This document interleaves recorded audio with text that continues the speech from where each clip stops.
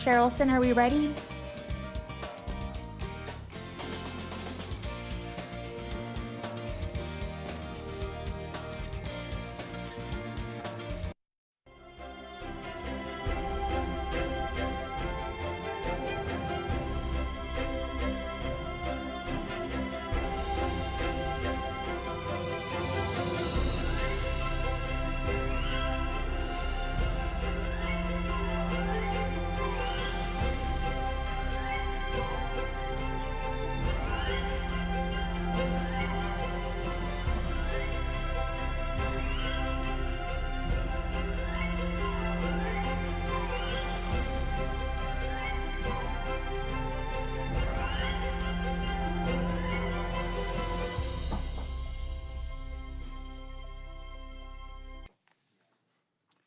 Good evening and welcome to this meeting of the Parks and Recreation Commission. At this time, I would like to call the meeting to order.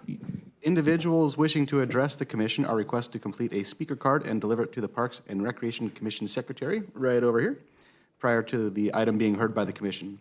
Please do observe a 3-minute limit so that we can hear from everybody. And once you're called upon to speak, please state your name and city of residence for the record. I would like to announce a couple of revisions to the agenda. For item 3, there was a typographical error, and for item 4, there was a typographical error and a presentation was added. At this time, I'd like to ask that you join me in the Pledge of Allegiance. Ready? Begin.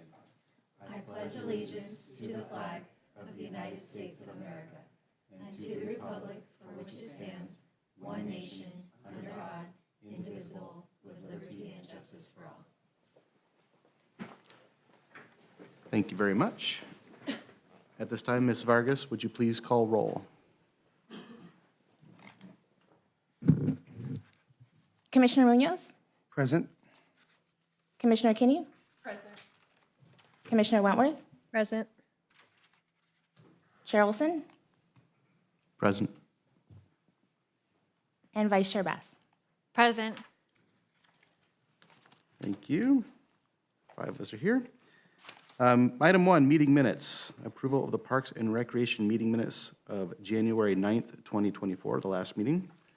Do we have a motion for the approval of those minutes? I will move to approve the minutes. I second it. Thank you. A motion was made by Commissioner Wentworth and seconded by Commissioner Munoz. Let's take a vote. See if it works tonight. No. Cherylson, your vote, please. Yes. So funny. Thank you for that. Item 2, consent calendar report, developer impact fee fund balance bond repayment for December 2023. Do we have a motion for approval? I'll move to approve. I'll second. Thank you very much. Moved by Commissioner Wentworth and seconded by Commissioner Bass. Let us take a vote.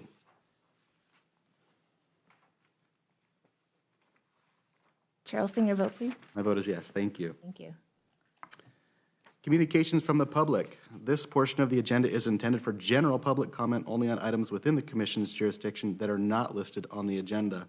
Persons wishing to address the Parks and Recreation Commission are requested to identify themselves and state the manner in which they wish to comment.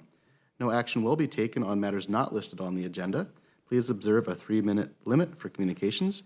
Ms. Vargas, are there any speaker cards or written comments from the public? No, Chair, no speaker cards or written comments. Thank you very much. We will move on to the youth update. Do we have a report from the Mayor's Youth Council tonight? Yes, thank you. Hello, my name is Shreya Jain and I'm a member of the Mayor's Youth Council. The Mayor's Youth Council offers students the opportunity to serve their community, gain a wealth of experience in local government, and add their voice to discussions that will shape the future of our city. At last Mayor's Youth Council meeting, we had Mayor Richens as our guest speaker. He discussed his role as mayor and the role of our city council members. He also discussed how our city runs and how our local government functions. At today's meeting, we had Nicole from our communications team, and they oversee our social media outlets and keeping our community informed of events in our city, safety alerts, and the latest developments in the city as convenient as possible. We got a tour behind the scenes of the broadcasting team during the City Council, Parks and Recreation, and Planning and Housing Commission, and the Library Board of Trustees meeting. Thank you. Awesome. Thank you much. Thank you very much for being here tonight. Do I have any questions or comments from the commission? Well, thank you for your presentation. It was fantastic, and hope to see you again soon, next month. Thank you. Thanks for being here. I have a quick question. When the mayor gave his presentation, what was the one thing that stood out the most to you or that maybe surprised you? I would say it has to do just kind of how he runs the city. I love hearing different perspectives and just seeing how he was passionate about his role was the most interesting thing. Thank you. Thank you. Thank you for your participation tonight. I really appreciate it. I love hearing your guys' reports. Thank you.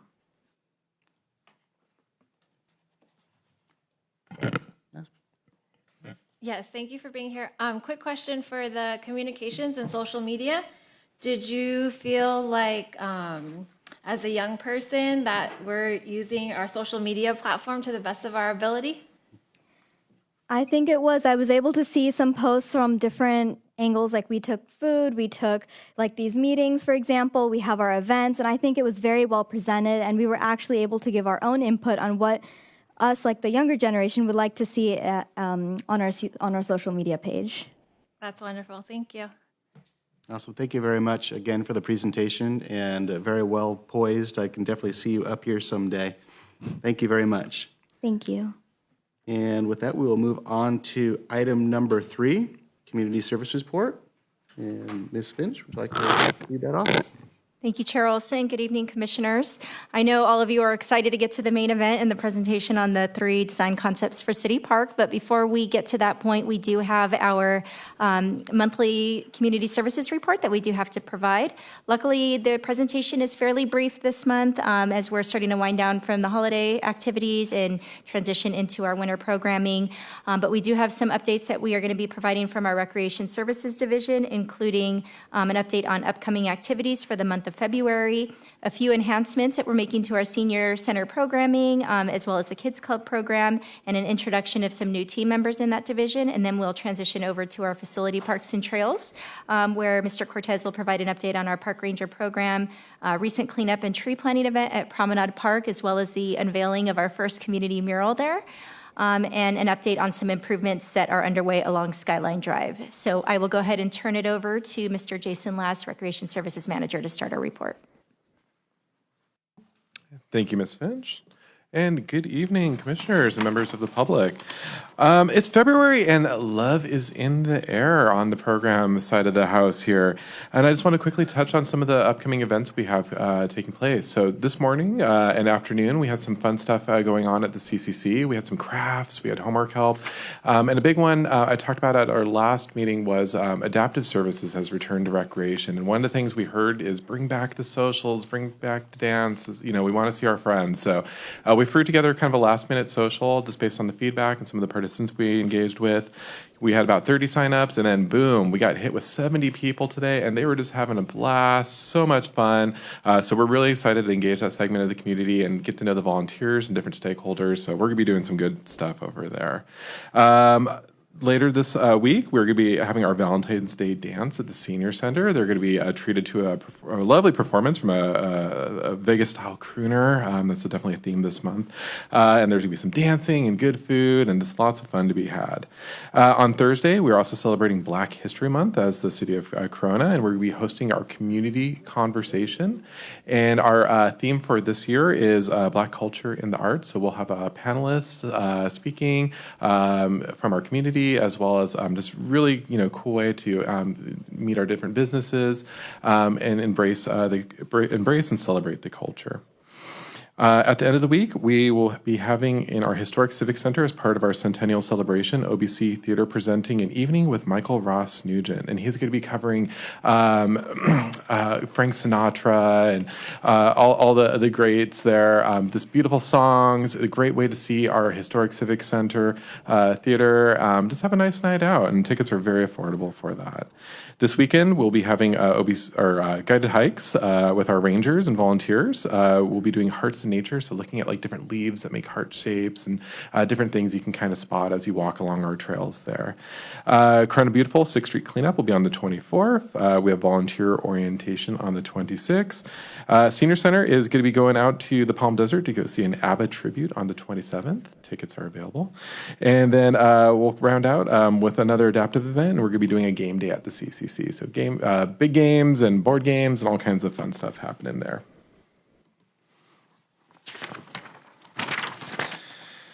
All right, so this month at the Senior Center, we're pleased to kick off our free tax filing assistance program in partnership with the AARP Tax Aid Foundation. So trained volunteers are available Tuesdays, Wednesdays, and Thursdays through April 11th, 9 a.m. to 1 p.m.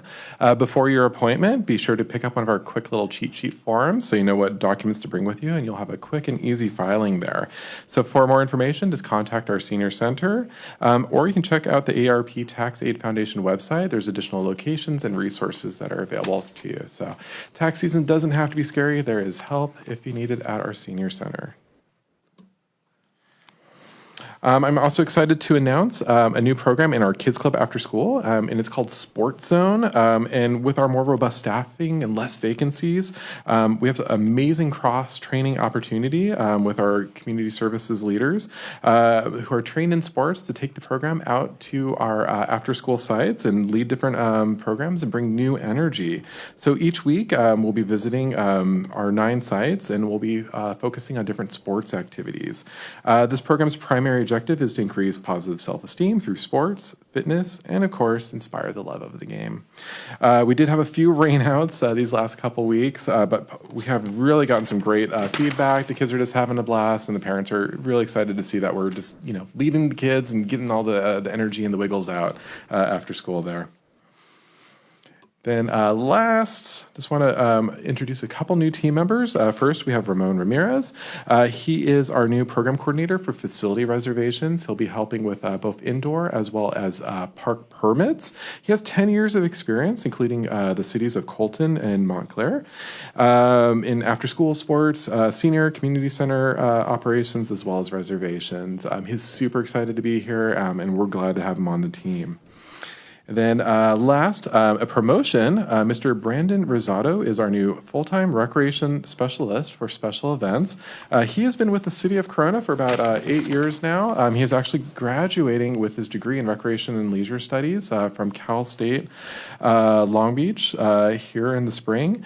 Lifetime resident. He has been eager to participate in all of our different levels of service and give back to the community. And I don't think you'd find a more excited guy to do his job. So we're really excited to see his promotion here.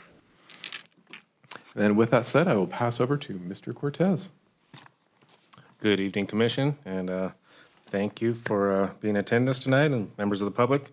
I have a few updates for you guys. Well, first off, we had our park rangers out at a career expo. It was our second year invited to Rainey Junior High.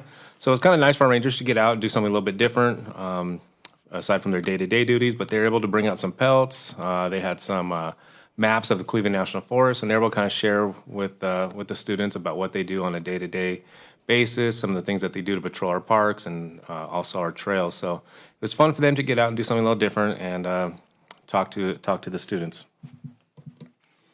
Next, we had our Corona Beautiful cleanup event at Promenade Park. Weather held out that day, so we were able to get out there and plant about 70 trees.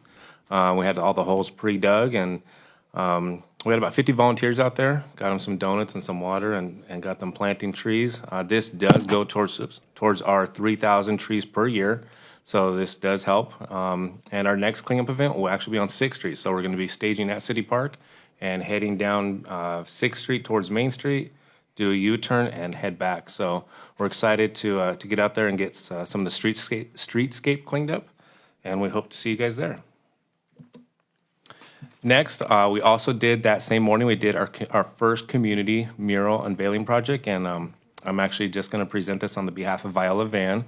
She was our management analyst too, and she has since transferred to the fire department, so she's not here tonight, but we did want to give her kudos for this. This was a project that she worked on for several months, and we had this our artist there, and he was there with several members of our commission and our council, and we had this great unveiling. We had the building all wrapped, and we were able to highlight the artwork and kind of show a glimpse of the history of Corona. So that was a really fun project. And again, just kudos to Viola Van for seeing this project through.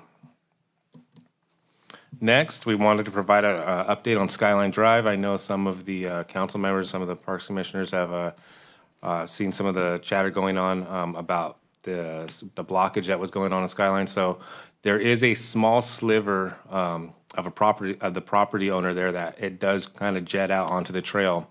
And so we were able to work with them to come up with some improvements that would help with the flow of the hikers and bikers that use this trail to access Skyline off of Chase. So this is located right off of Chase between the Foothill Bridge.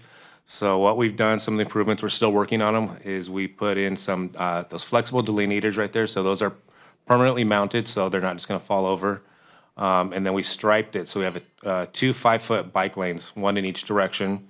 And then right at the bridge, there is a speed calming device. So as the mountain bikers or bikers come down the hill, they will slow down to go through kind of like a turnstile device, and that'll kind of slow them down as they're coming down the road here, because there is a driveway and some vehicles that would pull out here to leave their property. So we just want to make sure that everybody's staying safe and kind of keeping the bikes in a safe space as well. So the last piece of the puzzle that we're working on next is putting up a cabled fencing along the channel.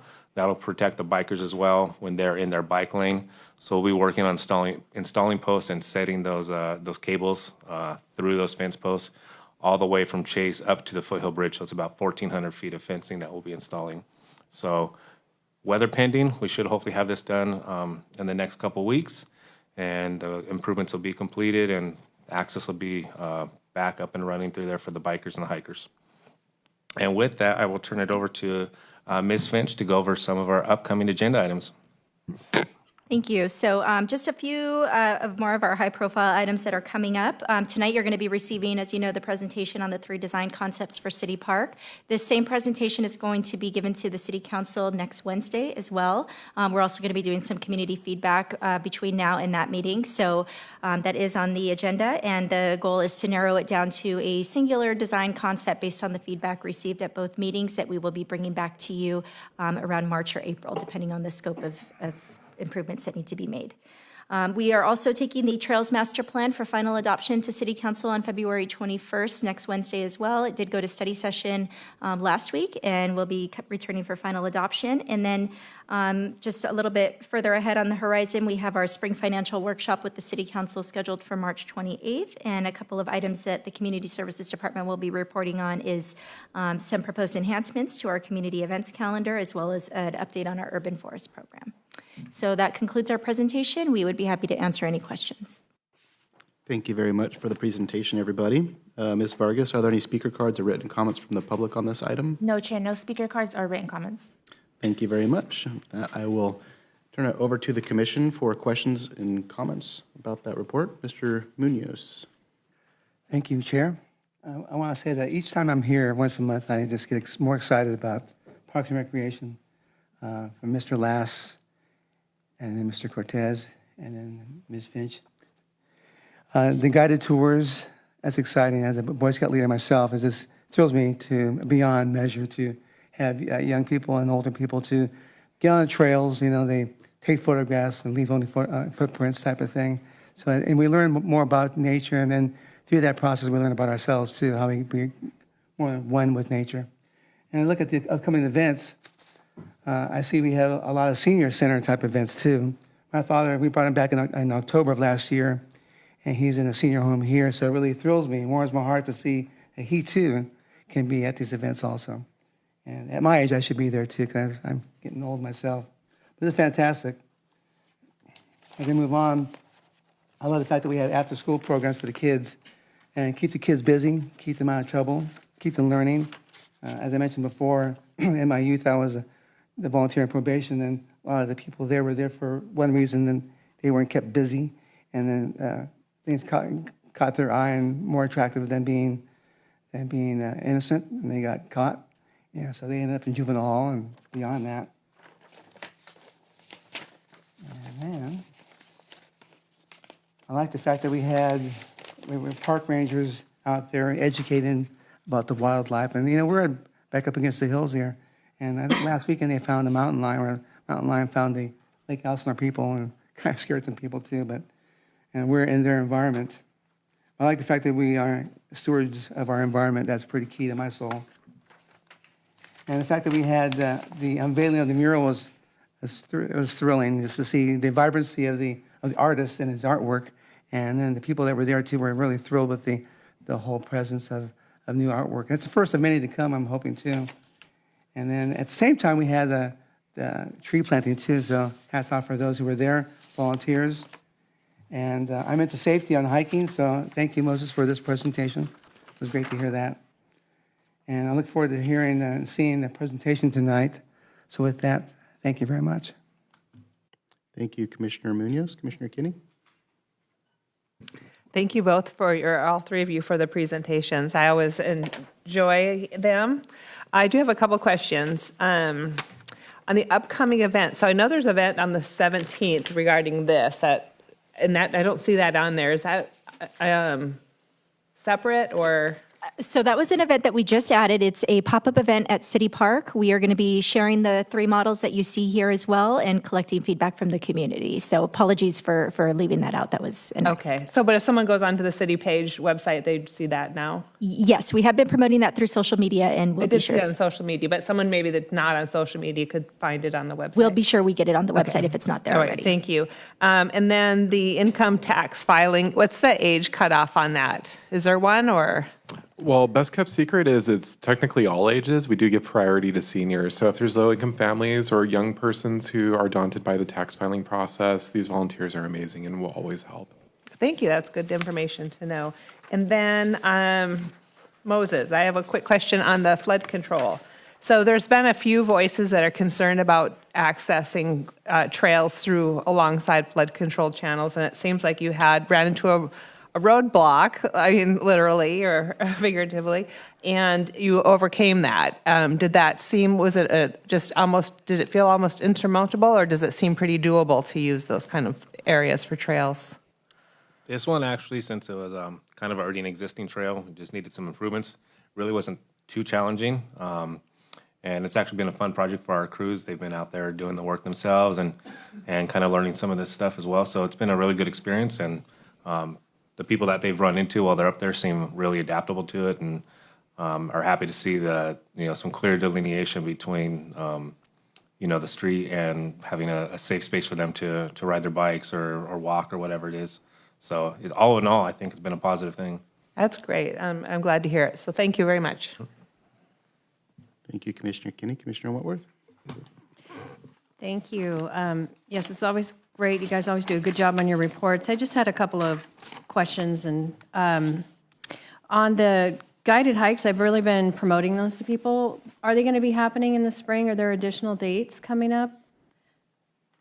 Are you guys able to do that? Yes, I believe the plan is to continue those monthly. Have the dates already been set, Moses? So we do have that. We have them set through spring, and then we'll be working on the next set. So we can share that with the commission on our next report, if you'd like us to bring that back to you. Yes, yeah. Okay. So I'd like to see the dates come forward. So you have a date for March? Yeah, I think we went, correct, don't quote me, but I want to say we went through May. Oh, through May, okay. All right, so I think those are really popular, and I want to attend one, but they're always popular when I recommend them to residents.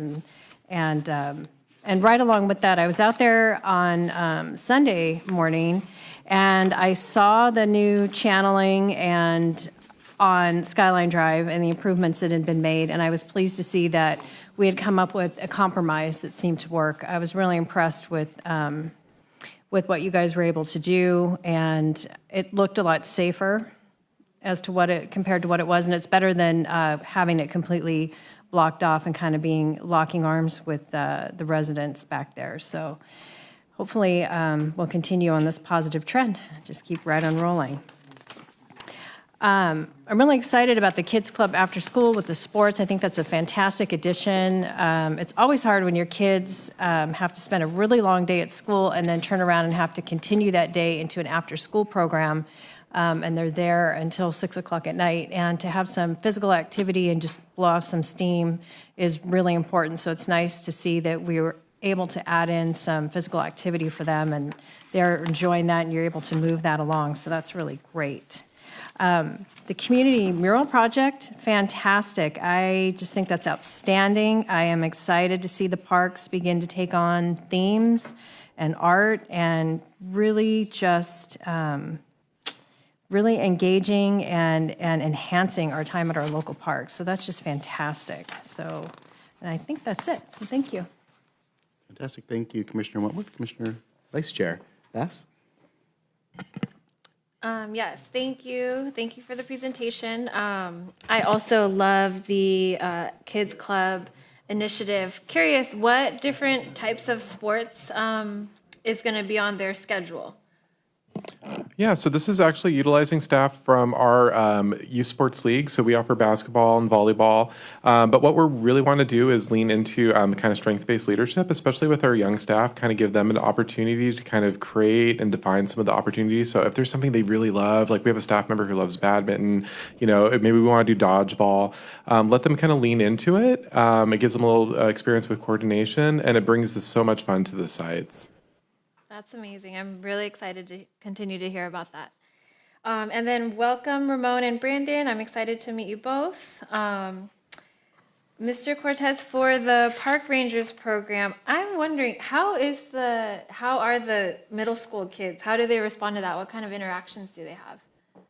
They seemed interested. I mean, it was good. It's the second year they invited us back, so I think we got good feedback from the first year, and the school called up our Park Ranger supervisor to see if we'd be able to attend again. So I think it's kind of a good pathway for them to, experience the outdoors and the trails and stuff.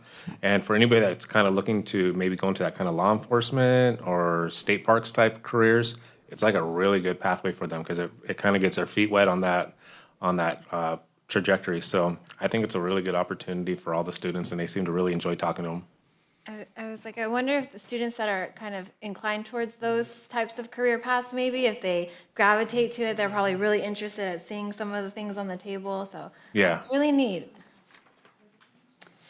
Yes, and then the mural, it looks stunning. I can't wait to stop by and check it out. And I think that's, I did the Spring Financial Workshop. What is that? So that's an annual workshop that we take to the city council every year prior to budget season, when we start to present information on the upcoming budget, some of the main items that are going to be proposed for the upcoming fiscal year, and get some council direction on certain budgetary items. So it's one of our 2 workshops that we do per year. We do the spring financial and then the fall policy workshop. Gotcha. Okay. Thank you. Excellent. And do we have a speaker card? We do have one speaker card for the community services report. Fantastic. I'll take a break in comments and welcome that speaker. Welcome, Sarah. Go and step up, and happy to have you here. My name is Jim Butchko, 2106 Conejo Street in Corona. I've been a resident, I think, 42 years? I think we've been here. Saw some people born here. And I just want to say this part is for the trails and the senior center.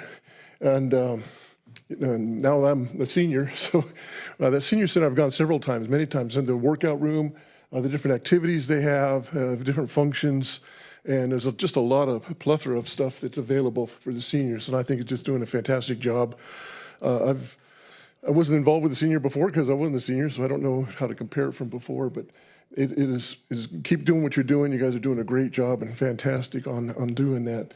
And for the trails and stuff, asking for our input on that I guess I was kind of shocked because we've never been really, I was never really asked, or not aware of being asked for our input on how we want it. And not so much even that we gave our input, but you used that input, you actually brought it to life and not just, did whatever else was available. So I'm just really proud and happy to be in this city now and seeing everything. A lot of big changes, a lot of fantastic, great changes. And we'll talk about the other stuff later on. But I just want to let you know I appreciate you guys are doing a fantastic job.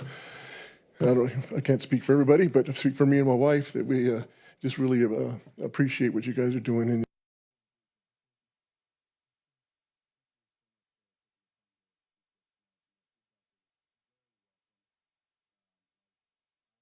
hear that. One of my comments was about the activities we're having at the senior center. I think it feels like we're doing a great job, and to hear, folks actually using it, that we are doing a great job, really reinforce that. So thank you to staff for all the work you're putting into that. I did have a question about the Kids Club after-school program, and I think the other commissioners asked really good questions. Just one more to add on to that is, in the general rotation, how often could a given site expect to have this program stop by? Yeah, our goal is to rotate throughout the sites, usually about a week or 2 weeks. We have 9 sites right now, so we can usually get that done in about 2 weeks.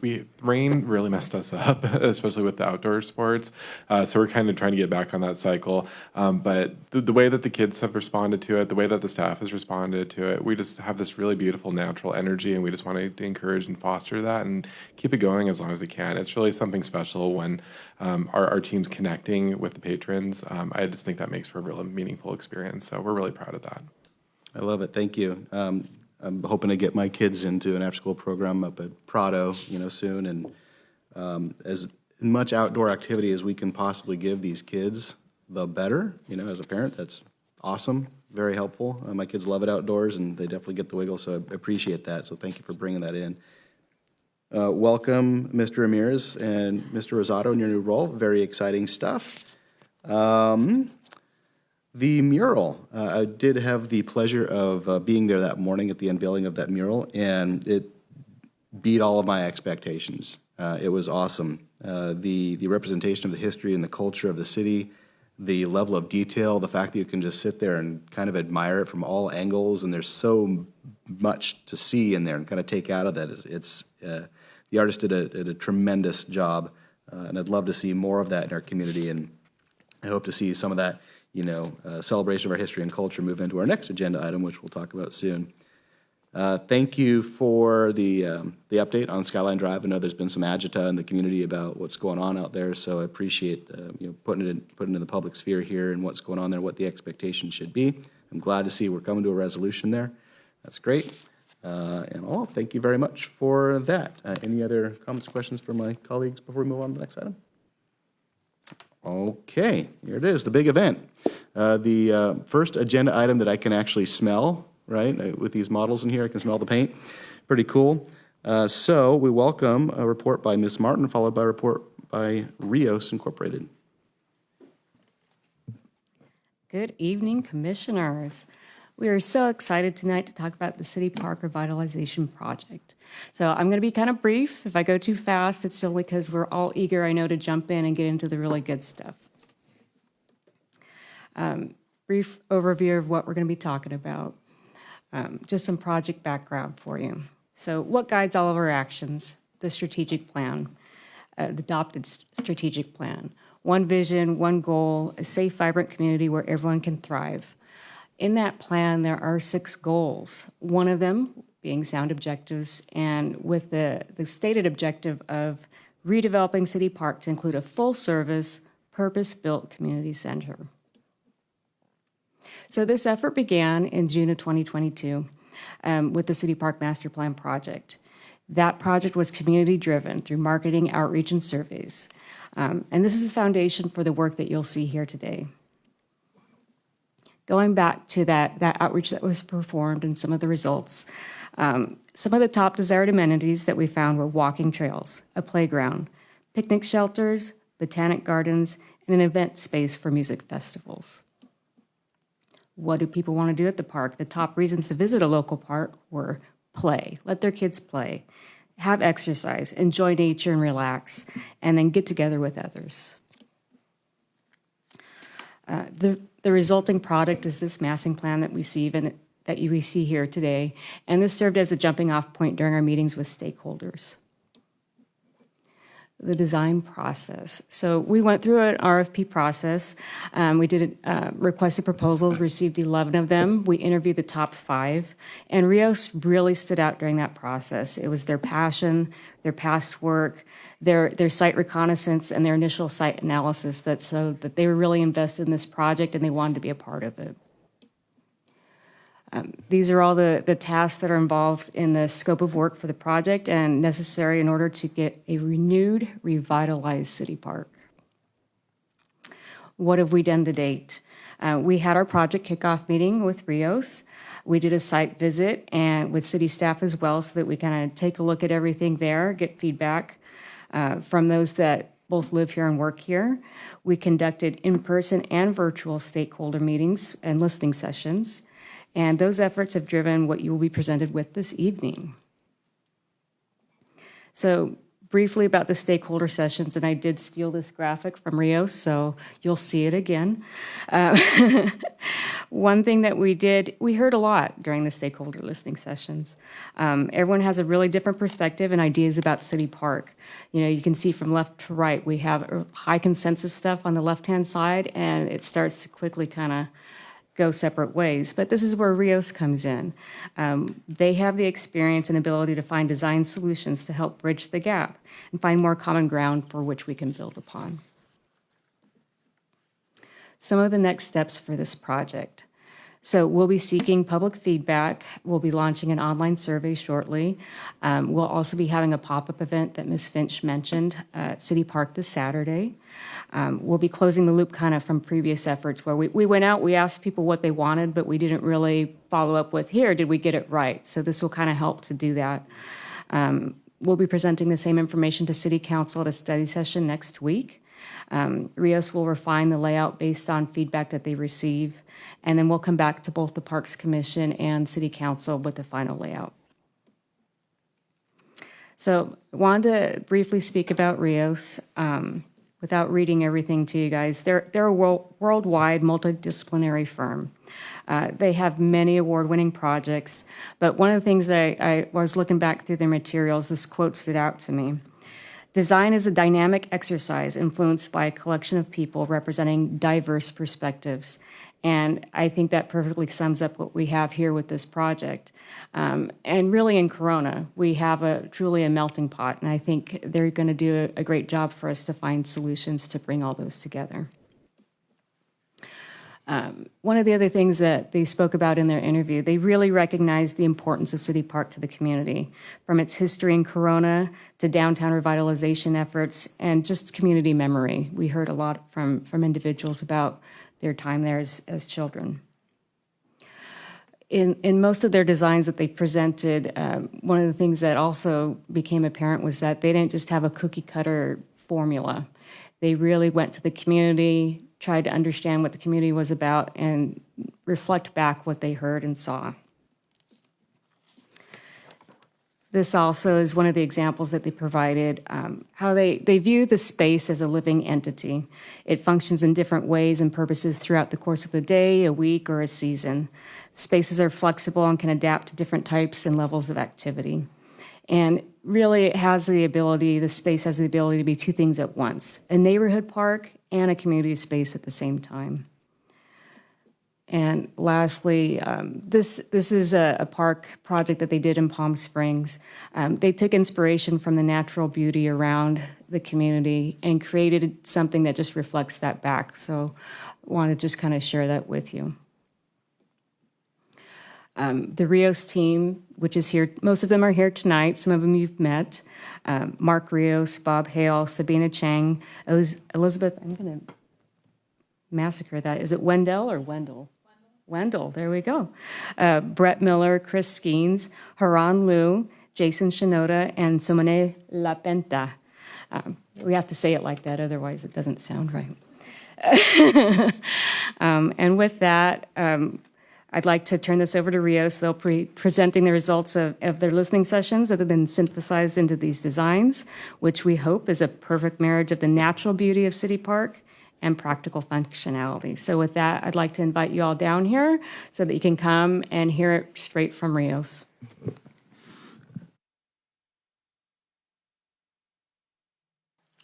I'm going to say a couple words as you're sort of migrating down here.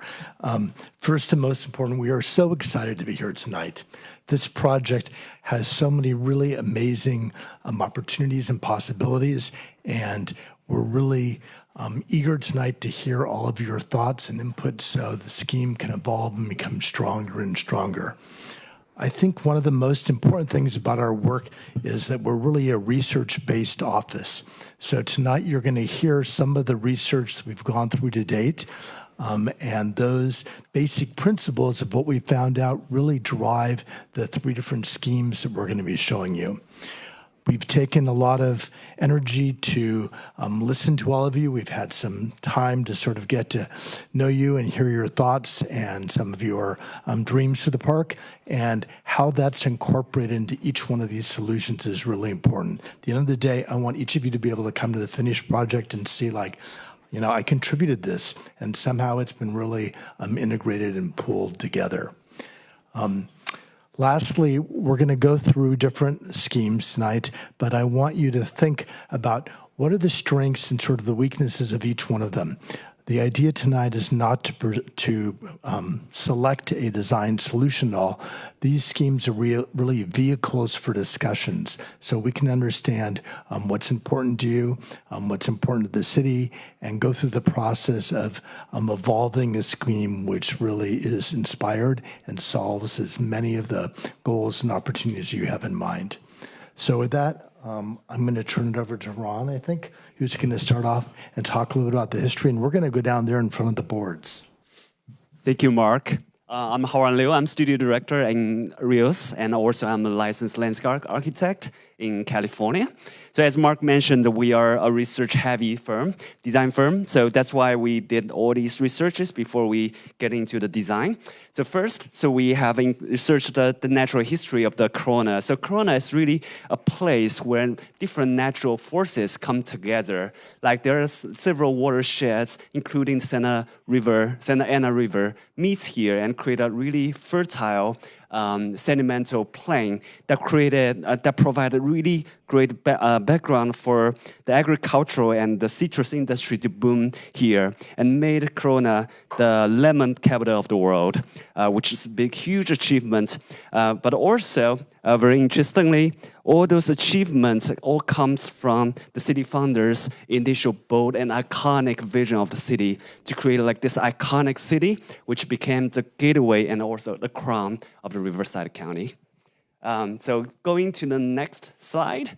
So we have also read through carefully the master plan and the urban framework plan, and also the master plan of the city park. And also we found, so the city park is actually within 2 miles of the city center, the only big open space that can provide all kind of functions to the city.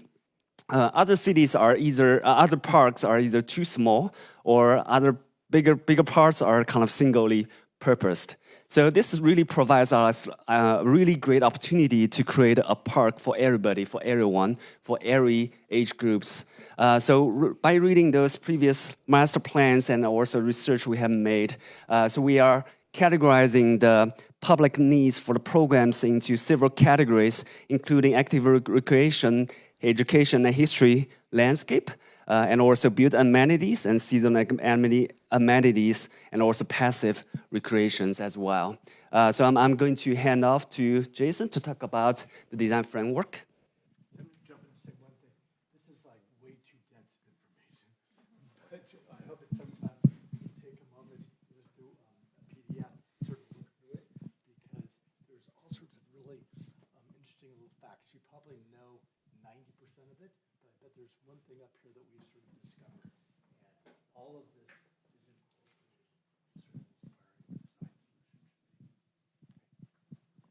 Okay. So next, after we take all that research, we zoom into the site. So this is really taking all of that background and then looking at the actual site constraints and site opportunities. And so zooming into the actual conditions of the project.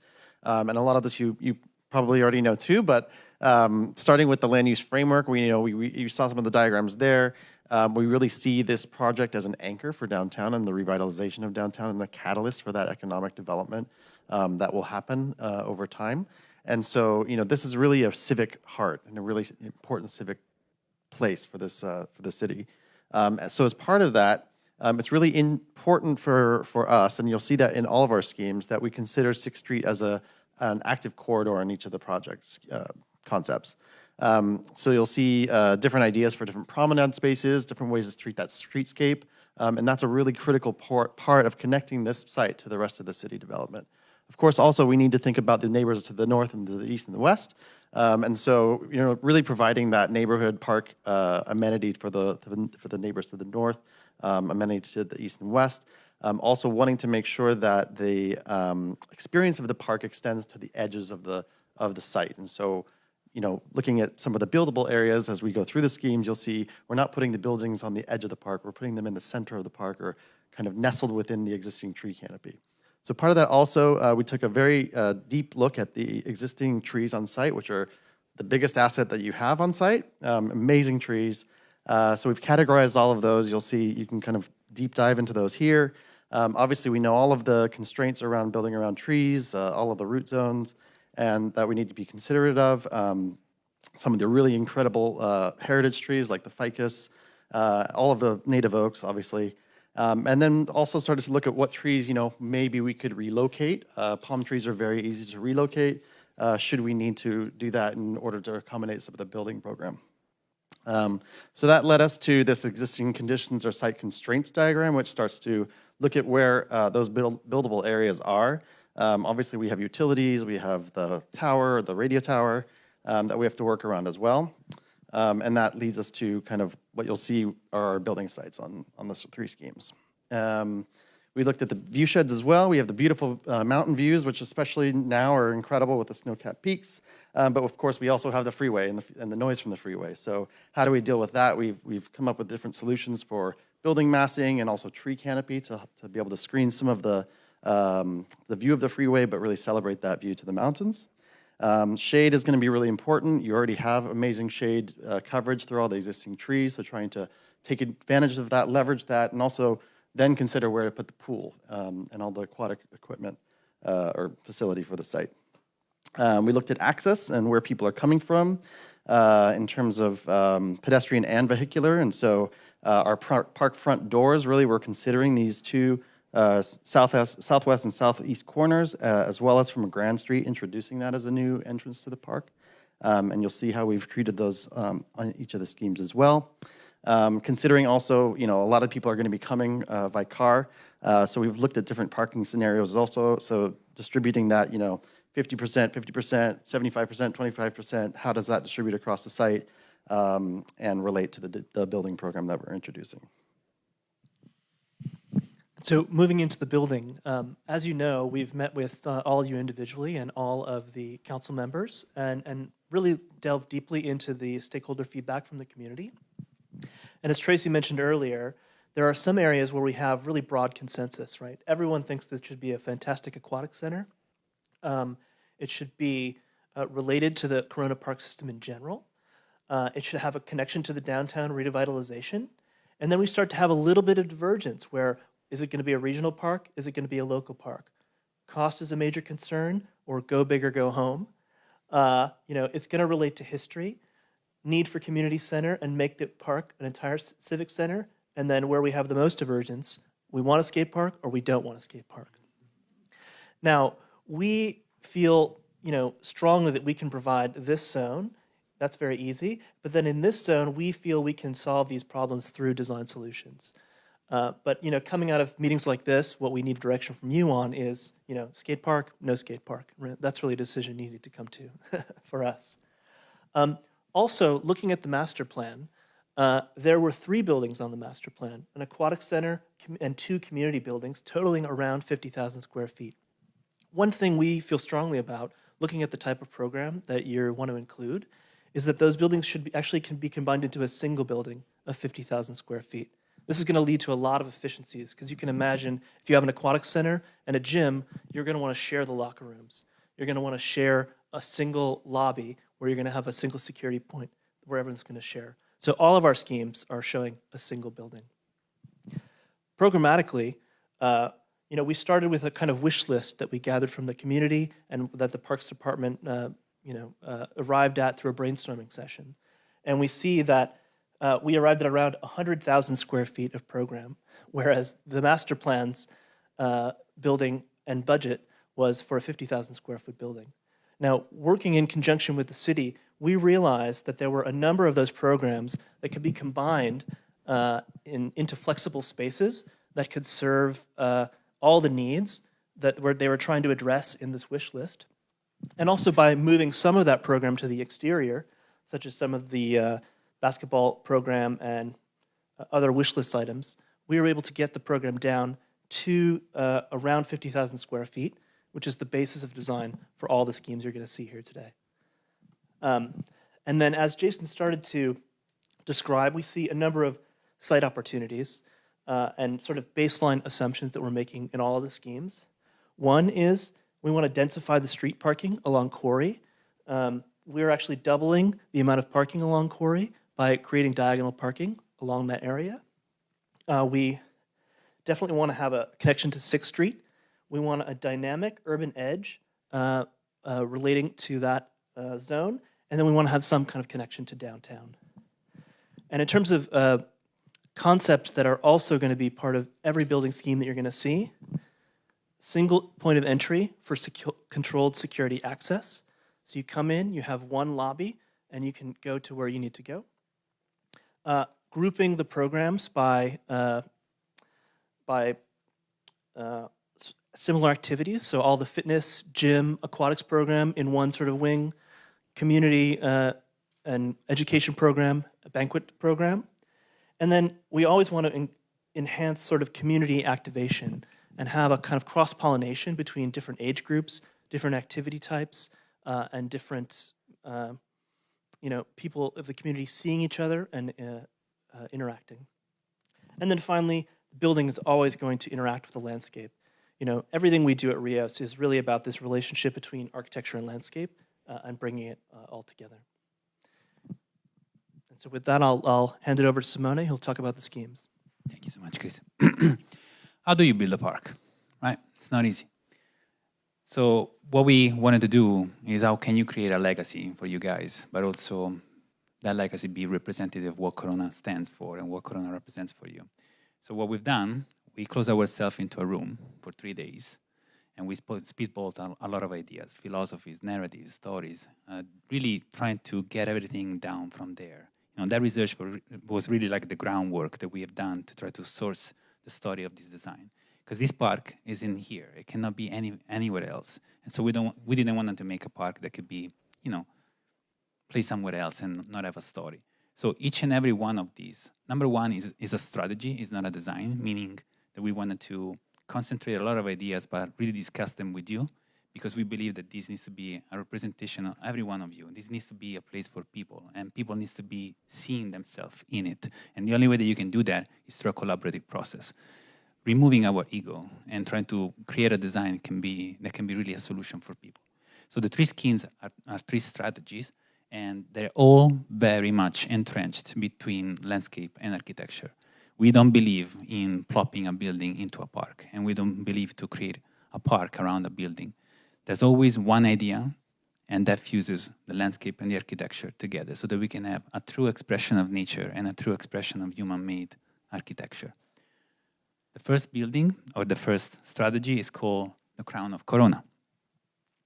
Obviously, it's rooted in the history of Corona. This very strong urbanistic gesture that you have on the city. It's characteristic of only your place. And so that has been something that created your legacy, your history, your representation, your identity. So trying to deep dive into that and recreate a similar gesture on your park was very natural for us because you do have a platform in the center. And so just creating something very strong, an iconic gesture in the center of the park seemed to be very natural for us. So the crown wants to take the roots from the historical notion of the city and create a gesture, an holistic gesture on the side that can fuse landscape and architecture together, creating a seamless integration between all of them. So it's a very discrete, in a sense, building that extends itself into a core element of energy in the center of the park. So all the subsidiary amenities are located around this crown so that this can really become the activation element of the park itself. I will let Jason talk about a little bit more about the landscape because I think it's important that we try to understand the different components that come to play. Thanks. So while the community center frames the central lawn on this side we really have this urban living room that acts as this really activated perimeter,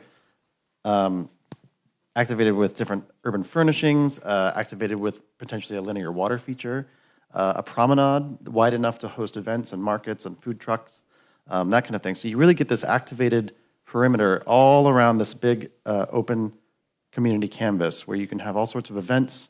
It's big enough for huge festivals with the new community center on the backdrop. This indicates a potential area for a stage. So you can service all of that from behind and have all these events happen along the perimeter of the crown on this side. As you move further west, under the trees, we have lots of different types of spaces for different play areas, recreation, picnic, different botanical garden type areas. So you can get this whole kind of swath of play and then sports as you move further out. So you have a kind of gradation between your kind of active picnic barbecue, super active hyper activity zone in the center, and then that moves out to a play zone, and then more active sports towards the perimeter on this side. So how is the building conceived, right? At first look, you might see this building and think, oh, this is a complex building. It's not. It's very rational. It's a linear building with one point of entry and two circulation bars. The idea was, how can I get a very rational, simple, linear building and wrap it, hug the park, so that the architecture is creating this beautiful gesture, this emotional gesture, or creating this sense of unity. So the building is pledging homage to the sense of nature, creating this central heart that is going to be the groundbreaking platform for all the events and the sense of community of this place. And just by creating two circulation spaces, two corridors that are distributing linearly the building, and one point of entry, we make a very rational building be formed around an iconic gesture that can become a beacon, can become a background, can become a seamless integration of the park and the architecture together. So we believe that this can be also emphasized by the way that we can treat contour lines. So this doesn't have to be envisioned as a flat park, but we're thinking that the terrain can play a role into this and really shaping an experience that cannot be just bidimensional, but three-dimensional. Going around the park, up and downs on boulders and forms built on terrain, and have this gesture of like being able to run around the circle with a series of trees that can describe that inner circle, and probably even maybe walk on top of the roof and have a point of view on the park from up above. So the crown of Corona, it's this gesture that takes its roots into the history, and it tries to project a new legacy into the future. Should we? Yeah. Should we move to the model? Because that's actually maybe more interactive here. So these models are just, rough models. They're meant to be scrappy because we wanted to have fun with it. They're a little bit better than the previous iteration, but they're still meant to be the ground for a discussion. Jason. So parking, okay? In this scheme, you'll see this has the building over here, so we have the most concentration of parking on this side. So 75% of the parking is over here, 25% over here, and then we've got in each scheme 70 spots that can fit on the north side. So we kind of have an even distribution around, but really concentrated around here because this is where the aquatics and the mass of the building is. All of this zone can be kind of flexible picnic, recreation, urban furniture, urban living room. This is the place that you just go to hang out with your family, look at people running by, walking by. There could be food trucks along here, market stalls along here. We're indicating a linear water feature here, which is something that is unique in many places. I can't think of any linear water features around, but it fits really nicely to have this kind of big feature to help frame the central space. These yellow dots indicate that this could be some sort of light totem or kind of event support, so that you could have, maybe they're columns that have lights or something and banners that they could also support the functions for different events here with speakers and lights and that kind of thing. And here then we have this more passive zone where these could be adventure play or kids play or different types of recreational exploration areas mixed with botanical gardens and more passive kind of hangout zones. And then over in this corner, we have different types of courts, basketball, tennis, volleyball, and a large skate park on this corner here. What I think is great about this scheme is that we really celebrating the existence of nature, meaning that, as Chris was talking about, there's only a couple of spots where the building makes sense, not to completely destroy what's there. And so the three schemes analyze two potential conditions for the building on being on the east side and one potential condition to be on the east side. And every time we try to celebrate the sense of arrival from 6th Street, really greeting the people and getting that first step on the park right at the get-go, so that the park is not something that you gotta get to. The park is almost welcoming you at the first glance. And so the building, we envision it as a very simple gesture that can really create this sense of unity around the park. And it could be just a continuation of the energies that you can see can be found around the crown itself. We concentrate a lot of stuff around the crown so that becomes a very vibrant, human, activated part, whereas the west side is more the natural and calm and sense of stillness that you can find over here between nature. You want to take the Please, Mark. roof off? Yeah. Ole. One of the things that I think is really strong about this particular scheme is that it allows some of the major spaces to open directly onto the park.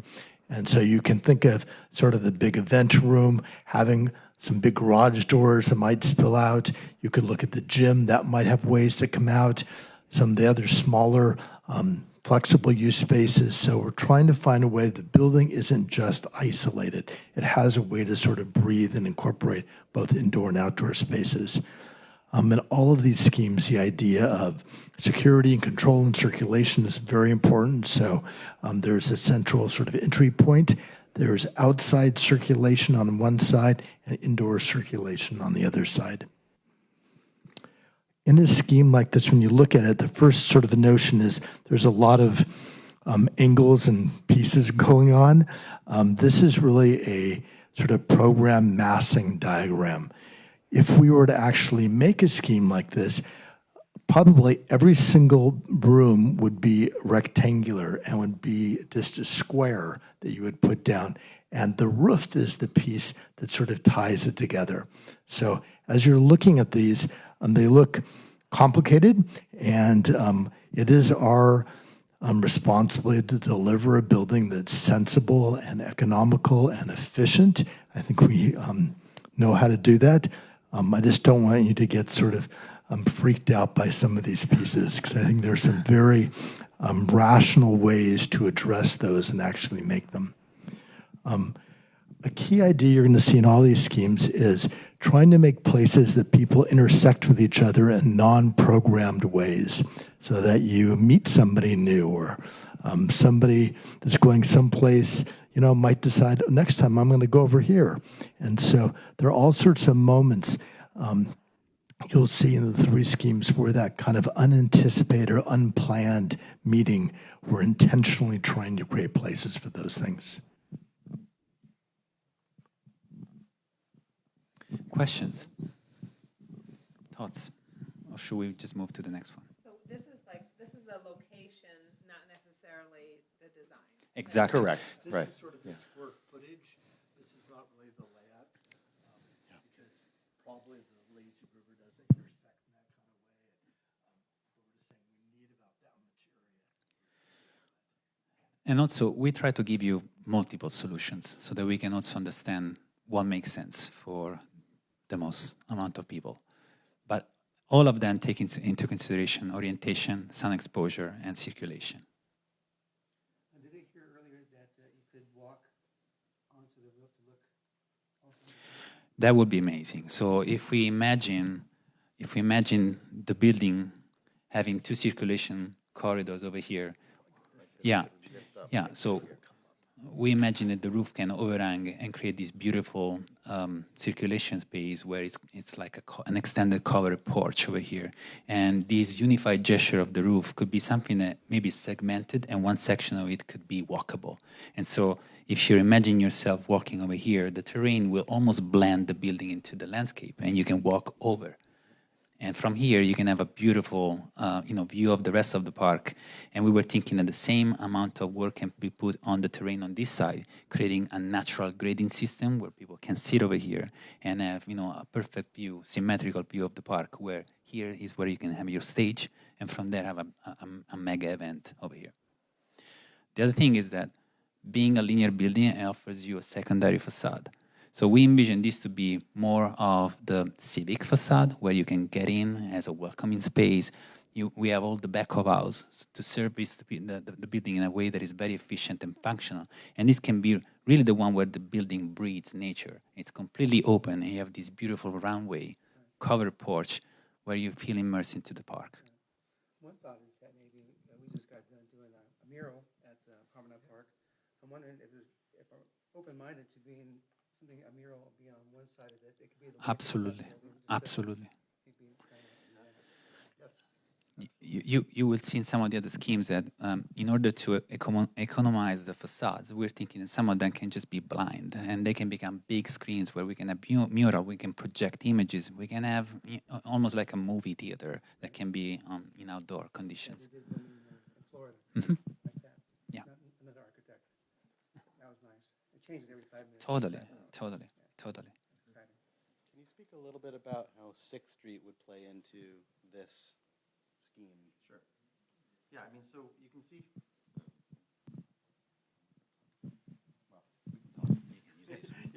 So you can see in this scheme, we've widened the sidewalk here. So this is really an urban promenade. We'd love to see the median, planted median in the middle of the street, and that's, and an additional maybe line of trees on this side. So you really get that kind of green corridor of this new streetscape that blends the park into the street. And so as you're driving through, you're going in the park. Yeah. Whole different conversation. Yeah. Yeah. That's why I wanted to jump in. The notion is just, if there's any way that we can feel like we're driving through the park as opposed to driving along this side of it. But, it may or may not be possible. One time during the actual interviews, we discussed the possibility of not having any food trucks on the park side itself. Keep the cars off the park side trucks. And then at a certain time, So then everyone on the broadcast I'm sorry. And at key events, you would close off from this street to on the east to about a parking lot over here, all the way to the back curb where Elks Lodge sits over there, and then that'd be closed off, much as they do now here at the at the Historic City Hall, and they close it off, and you get that interaction going on for an additional space that you can borrow from the space. It's a good 60 feet wide. That all trucks would be there, all the trash would be there, all the grease would be there. And then that way people could walk to that and then walk back. And as you walk back, you get to see the beauty of your building. That's always good to have a bench. That's because a living bench of sorts. Yeah. So. This whole zone could be like your food truck and market zone, and you could see how close, we've actually expanded the lawn area from what it is. It currently ends around here, and then the road comes around here.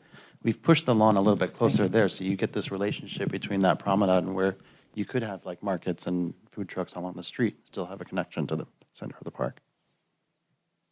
All the schemes show trees in the lawn. That's kind of deliberate, so that the lawn isn't just a big empty space. There are ways you can occupy it. There's shade pockets. There's still large enough space to have a really big event in. But I think that commingling of the garden and the park in sort of the open space is really important.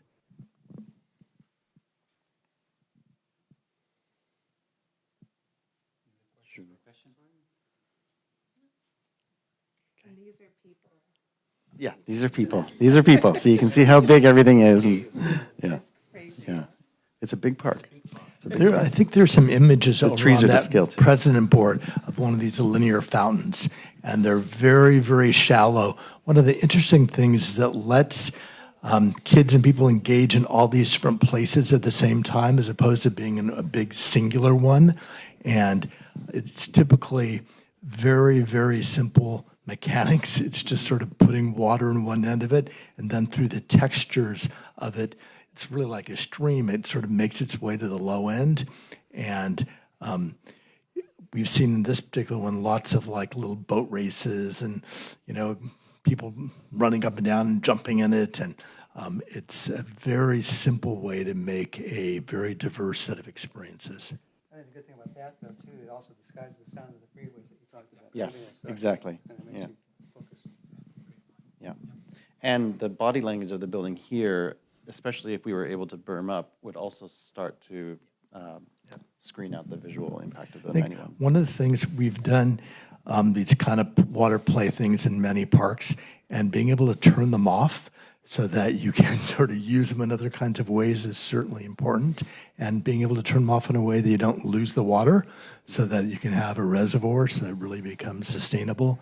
So we're not really thinking about a huge, excessive water feature. We're thinking about something that's very appropriate and sustainable, but provides lots of experiences.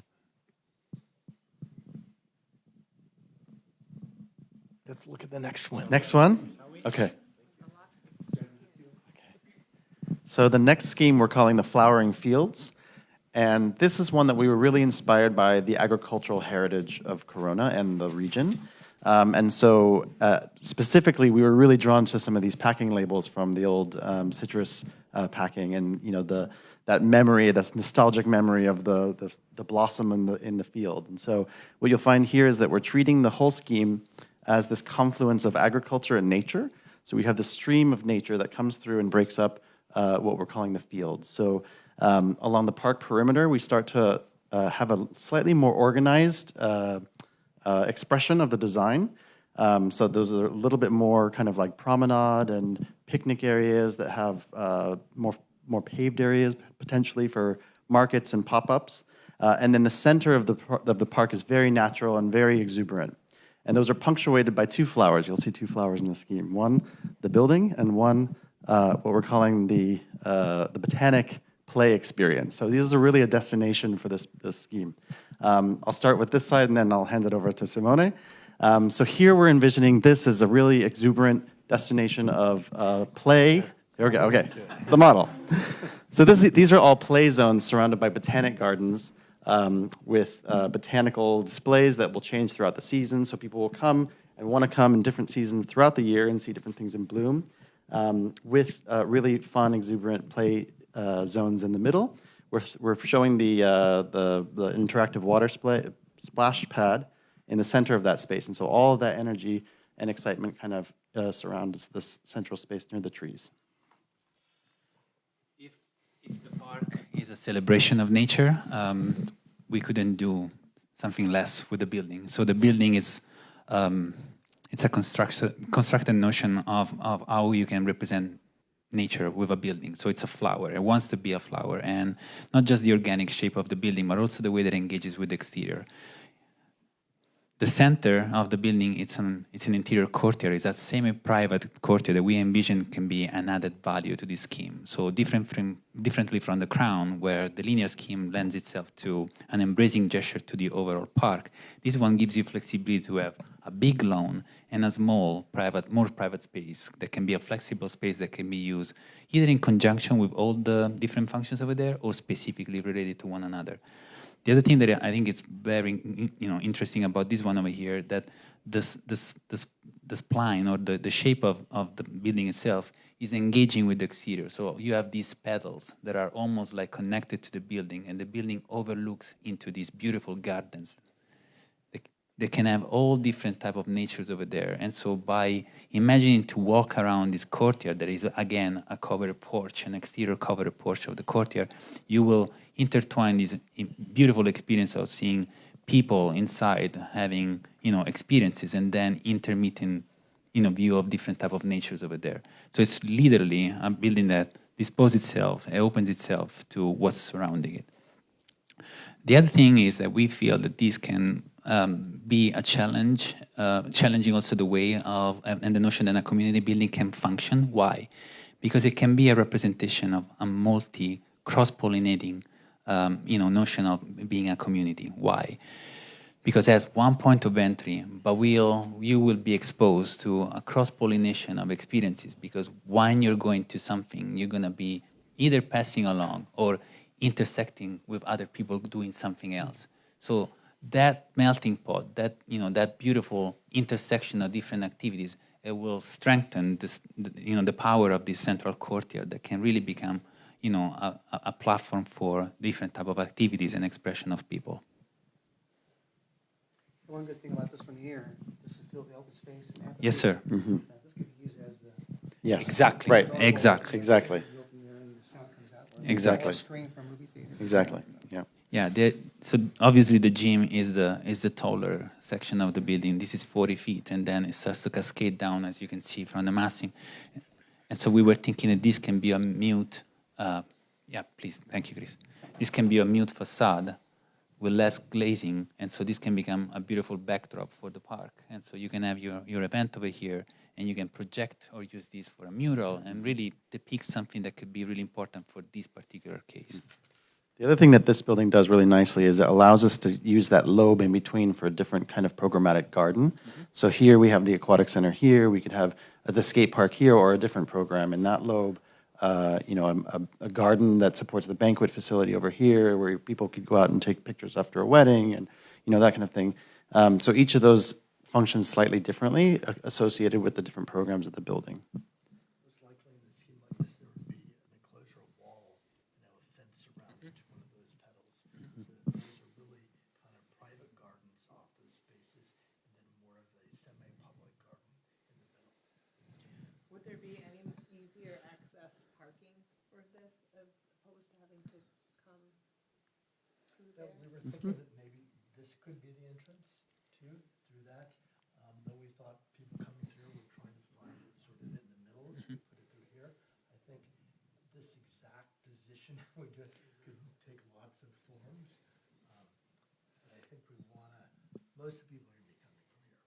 So we want that entry to be really easy. The entrance is positioned almost like 45 degrees between the street and the parking, because we wanted to give accessibility and equality of access. That might have mobility issues or that are concerned. That's like a little bit. We could also extend the parking closer to the front of the door that's shown there. And the beauty of a circular scheme is that you can rotate it, and However we can have the entry, facing that side. Moving platform building? Yes. You can just the entire thing can rotate. There you go. And then, do you envision the park being fenced on the perimeter or no fencing? I think that's a question for the At city. the moment, Yeah. we're envisioning without a fence. And all these teams could adapt to a fence. I think we're paying super critical notice on visibility and sight lines through the park so that there aren't places that you can sort of hide. And I think as we started shaping walls here, a lot of energy would go into making sure that those didn't provide those nooks and crannies. So this park is only going to be really great if it's safe.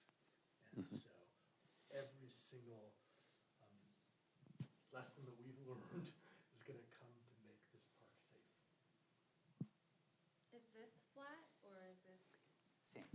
There's a change in elevation from here to there that, if I'm not mistaken, is 30 feet. And so we're trying to take advantage of that. So this is the higher side, and it slopes down. That's also another reason why we attempted to place the building over there, because it makes the most sense from a topography standpoint. And I think that as we get into it, there'll be all sorts of sustainable ideas about, drainage, The water. water flow, and how that works, and we'll start layering those things in. We're really not changing the topography of the ground very much, and that's because these trees are precious to us. Yeah. And so you can't start screwing around with all the trees and changing grades. So I would say most schemes in the crown, I think there's some ways on those edges to sort of change the topography. And there may be some ways like back over there where the swim center was, there aren't a lot of existing trees, and maybe you get some shaped topography over there. But really we're things that I'm, really excited about this scheme is that this should be this incredible botanical garden. That's where all the most diversity of all your trees are. And I think the idea here is we would add more diversity. We would sort of take it up a notch or two so that this could actually be a tree collection and almost like an arboretum. And then how you have different kinds of activities, maybe based on age group or maybe it's based on some sort of seasonal idea about the trees. But I think this could be a really unique sort of experience. At the end of the day, we want to deliver something that feels super authentic. And so part of the authenticity of this scheme is really trying to let those trees inspire us. And how can we make a place that sort of tells a story of the nature of that diverse tree grouping? Is there a big playground in here? Or? The play we're showing as interspersed within that botanical garden. So within, say if that's a big garden, you could have a play zone right in the middle of it. And over here, there might be a play zone. And over there might be a play zone. So we're making a play area basically with different age groups in it.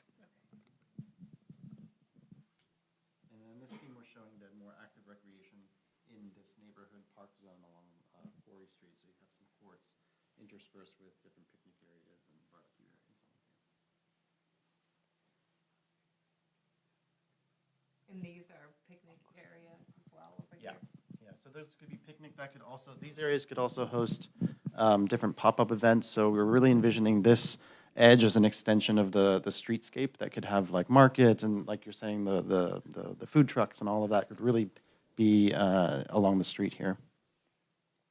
Whereas in that scheme, you could also see that it could come right around into the middle of the park. Here, it's really more about activating the street.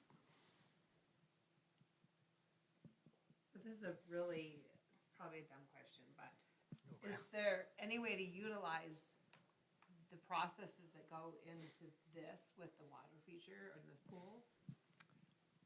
I don't know enough about this yet, but I'd like to do that. And I think that's a great idea. I think just the relationship of this being the low point on the site, I think is really interesting. And I think the aquatic center being kind of over here too is sort of interesting from that point of view. So I don't think we know enough about this yet, but yes, that would be great. And the great thing about the schemes that are somehow It's not a dumb question at all. It's a great one. somehow interchangeable. So meaning that if we want to have the pool over there, it's very easy to move it that place. I think that what we really want to hear from you are just things like, this is working in this scheme or this isn't working, or I like this part of that, but I like this part over here. Because at the end of the day, none of the schemes are static, and they're going to end up being combination hybrids of a variety of ideas. And then it's our job to pull them all together so that it doesn't look like a hybrid scheme. Are organized sports or leagues really taking center stage in any of these concepts? Or are they kind of more informal activity around the periphery? I would say that that hasn't been a focus of the scheme, and so we really need your direction on that. I think just the way this starts to lay out, they could be grouped more if we wanted to. So I think we want your input on that. I saw there was some notes on noise. Obviously, the north side is going to be the noisier end of it because of the background of the 91 freeway. Has anyone brought up pickleball in any of these schemes? Yeah, pickleball has been brought up, and I think we're aware that there are some noise concerns regarding pickleball. I think you'll see some of the schemes actually have some of the sports courts sort of in here where this plunge building is blocking the noise from the surrounding neighborhoods. But I think, we can start to mix and match, if we want to bring pickleball over here. But I think, I think this could be an intensive pickleball center of the world if we listen to certain people in the city. But I think it's, we need to find a balance for how much pickleball we need to include. So we look for your direction on that. It could be all pickleball. There's also in each scheme, what we're calling the panhandle, which right now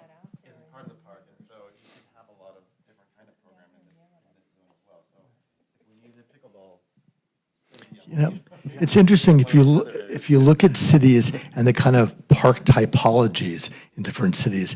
This is really your main urban kind of city park, and so it wants to be, event focused, community center focused. It wants to have sort of gardens. It wants to be a place that people come to and stroll, and it probably isn't the sports center one. There may be some sports pieces in it, but that's probably not its focus. I do like the idea of putting down, because this is businesses on both sides. Right. Yep. That putting the sports courts down in that panhandle, I think that is a great place to. Right. Yes. So in that scheme, we're showing the skate park and the basketball courts over on that side. This one, we're showing kind of a all wheels or kind of a junior skate park over here. And we'll get to that one.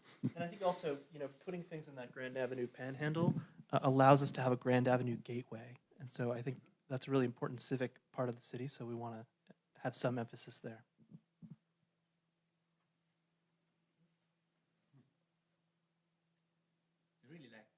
Oh, they're so drastically different so far. Yeah, this is the third one. That one here has a lot of energy behind it. We explained that this moves along fluidly with the centerpiece, and then all the walkways meander out of that, and you kind of spring out of that, and there's 1,000 miles. And it's really nice. I like that one. And this is all drastically different. That one there behind you, is there an area for the playgrounds too?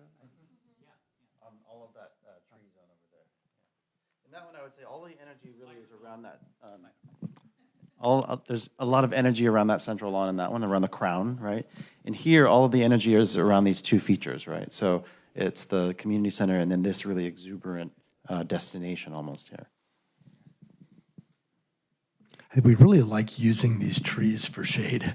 And so having integrated the playgrounds in there, and there's probably some picnic areas, it's really the right place to do it because then we maximize using those big trees. Again, the beauty of sorry, Steve. The beauty of this one here is that they have the centralized water feature here, which again will take away the impact of the 91 freeway. So that's the soundest animation of that. That could be as well. Yeah. Very animated. Yep. And in all the schemes, we can plant additional trees along this side to screen out and help some of that as well. And I realize these are just conceptualized still, and they'll still generate some other experiences. This coming Saturday when you see people, and right? You might have a fourth plan coming up here. It takes all three pieces of the puzzle to get that final one. I think we should look at these as frameworks, Yeah. where we've broken down all the parts and pieces that can be adjusted as we think they fit best. But the framework has stories behind, so it's cohesive in itself. Go for it. Okay. Okay, so if all of the energy is around the central crown in that one, all of the energy is around these two destinations in this one is all about creating this experiential loop that ties the entire perimeter of the park together and takes us through all of these different energetic zones that are really programming the perimeter of the site and then leaving a lot of the center space as this void which can accommodate all sorts of different flexible activities. So we're calling this the Nature Wonder Loop. And the other component of this that was important that came out of our research was thinking about all of the different landscapes that surround Corona and the region in the Santa Ana watershed. The mountains, the deserts, the Chino Hills, all those beautiful landscapes, and bringing those into the site. And so potentially, one of the ideas is to bring the experience of some of those different natural environments into the city around the park as a kind of educational component, as an experiential component.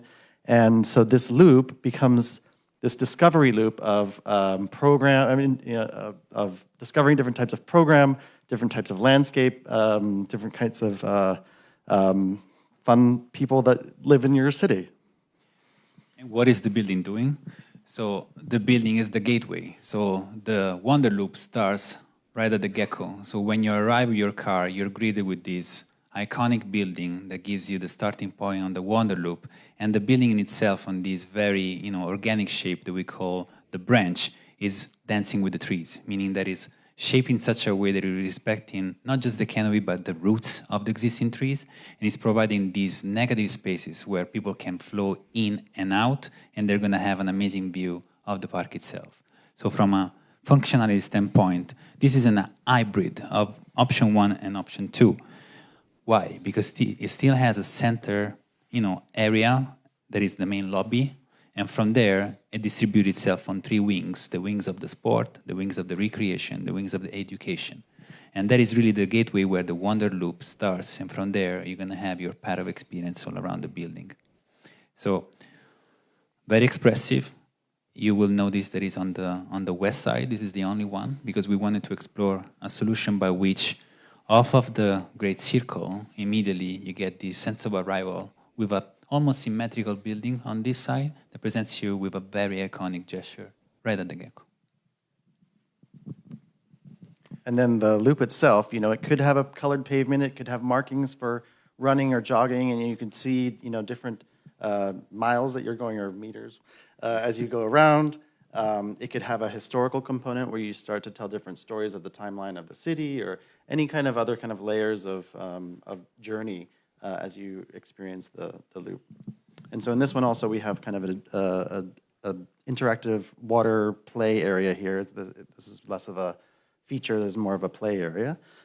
Different wandering zones, maybe exploratory areas, the existing courts that we're keeping here in this one. And then a lot of room for really active programming of sports activity on this side. Picnic zones, garden zones, more play zones as you get towards the other close of the loop. For the building, main central point of entry over here, this is an open lobby with a skylight on top of it, with a big oculus where the zenith light can come in. And from there, you can either go into the sports section where we have the basketball court, which is located in adjacency with the pool, which is put in this way to get the sun from the south. The ballroom is located over here, very easily accessible from the back of house and the kitchen from a vehicular standpoint. And it presents both the short and the long side that can be completely open. And so you can have this interaction with nature over here with indoor-outdoor component. And then the educational side, it's placed over here, really immersed in this beautiful scenario of trees. And we can imagine a lot of glazing or openable areas that can really make this experience of living in nature while you're within the building itself. My one comment on this one here is, sorry about that. My one comment on this one here is that the other two, you have 20 plus acres of park site. This one here, you have a park site here with parking lots, and then this one acts as those ones are two kind of, your vision explodes out into the whole 20 acres. Whereas this one here, you have to go through the parking lot in the building to get the same visual impact. That's my only thing about this one here. It's a great comment. We actually started with that comment, and we question ourselves, should the building be at the back or should be at the beginning? And so when the building is in the back, it really is a point of focus for the experience from here, right? But in this case, there's a compression and a beautiful expansion. So the community building is your gateway to experience the park. And so it's almost like that we get all the functional stuff out of the way, and the rest, it's all up for grab for the park. In a scheme like this, we'd want to make it very easy that you can park and you can go on the Wonder Loop and really use the park without going through the building. So circulation through the building would not be sort of dependent on using the park. We also talked about adding another smaller parking lot on that side, so you have the option to go and just park there and come into the park. Yeah. Yes. So one thing that I know that's probably outside of the scope and what the city has asked, but maybe you've already talked about it, is that in order to access this, and this is going to, unfortunately, I have a soft spot in my heart for the people who park here after hours. You've got landscapers and construction workers, and they're coming in here with trailers, and they're going to lose that parking. But I understand there's no way we need these 70 spots or whatever that is. But we have to make sure that if this parking lot is full or people come this way, that they're not going to come in and impact all these houses trying to get into these spots. And so this is really a marquee or some type of entrance that directs people from way back here so they come down and they can pull in, I think is really important for this neighborhood here. And so with all the plans, whatever plan, when you're utilizing this, if you're people can't, it's going to be tough. They're going to be three-point turning and trying to get in, and it could create a whole lot of traffic and heartache for these people. So I think you really need to extend it to have that be a gateway. One thing we learned actually recently is that the city controls this lot here. And so in an overflow situation, whether it be an event or for the aquatic center, there's actually 50 spots here that can be used to be a relief valve for parking. Was there any talk about making Quarry a one-way street with the added parking? That's an interesting idea, but it's not something we've discussed so far.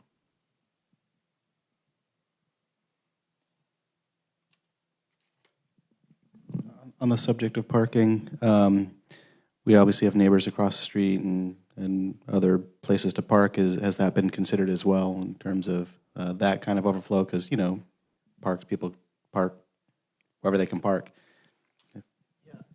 So our plans actually have more spaces than what is indicated in the master plan. We're targeting around 15 parking spaces on the site itself. And then we're going to double the amount of parking that's in this diagonal area. It's currently about 35. It's going to go to 70. Are these skate parks? Is that, Yes, those are skate parks.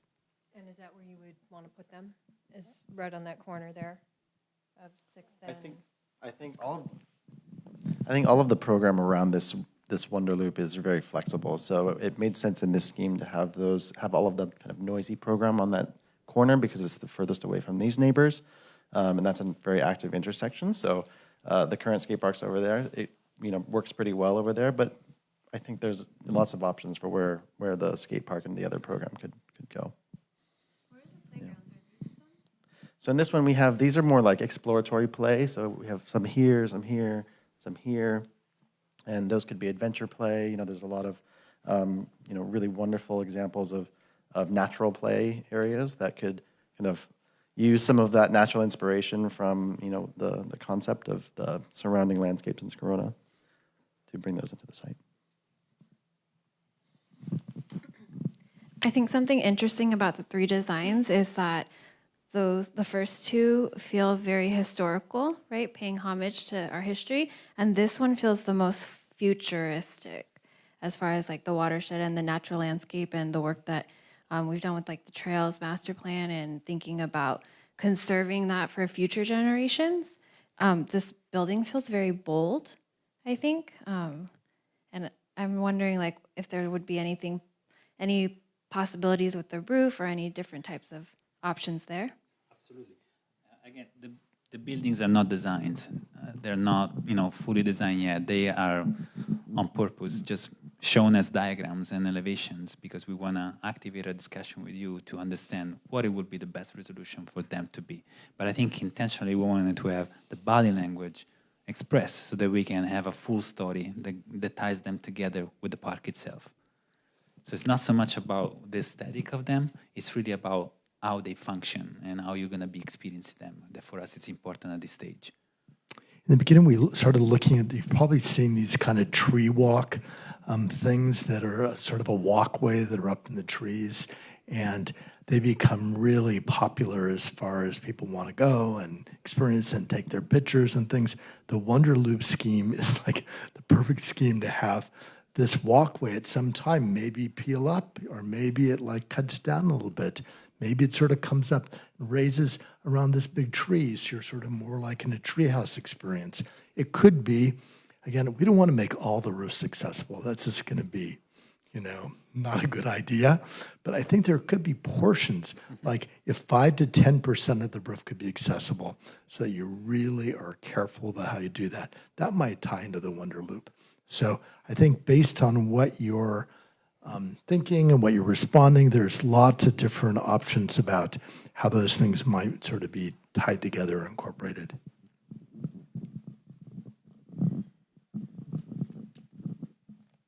From the perspective here, to me, this is the least welcoming of the three.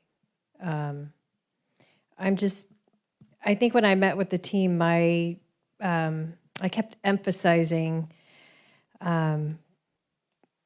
imagine what the person does when they get there. That person-centered experience and the differences in age, I think because of the process that we went through and how this was presented to us prior, it lacked that. And this most mimics what we currently have. There's something about coming down 6th Street with this view. This just seems less welcoming to me and less open. I see the advantage of having the sports courts in the back as they currently are, but I kind of like them closer to the building in the other examples, I think, or on that back side, on the ground side. So I don't know. Is there a splash pad in this one? Or this is where I can't, there's so many trees, I can't figure out. We love the What's trees, what? however, it's really hard to read the plan. In this one, we're thinking that this could be one of those kind of splash exploratory play zones around here, which is more for play. But it could also be, we could incorporate a linear water feature in this one too. There's a lot of different options for how that could express. Okay. Some of the big things that we really need your input on are, where does it appear the building is working the best? What site location? Where do you think parking works the best? Where do you think the noisy activities should be located? Where do you think the aquatic center should be? Those are the kind of things that I think we're trying to sort of solicit those kinds of things by the variety of these schemes. I think we'll keep evolving the story and the narrative for the scheme, but we want to start to say this is the right place for this, or that's the right place for that. That's sort of what our first goal or step is. I think this edge has to be really spectacular, and I want it to be really welcoming. That scheme was trying to exaggerate it a little bit more because it was having wide sidewalks, and this should feel like a big public promenade. Things might be set up along here. So I think we were trying to make this 6th Street really announce the park and really bring you in and have a place for activities, because the minute you see people and things going on, then I want to go and check it out. I don't like parking those courts over there back by the Osmosis building, which is called the Municipal Plunge, but it's an Osmosis Exchange. I understand what you're trying to do with the noise. I just think that there's something about how separated that is that just does not work with how I was thinking of this. I can see this thoroughfare in and the building here. Now, this was potential parking right here. That's the parking, right?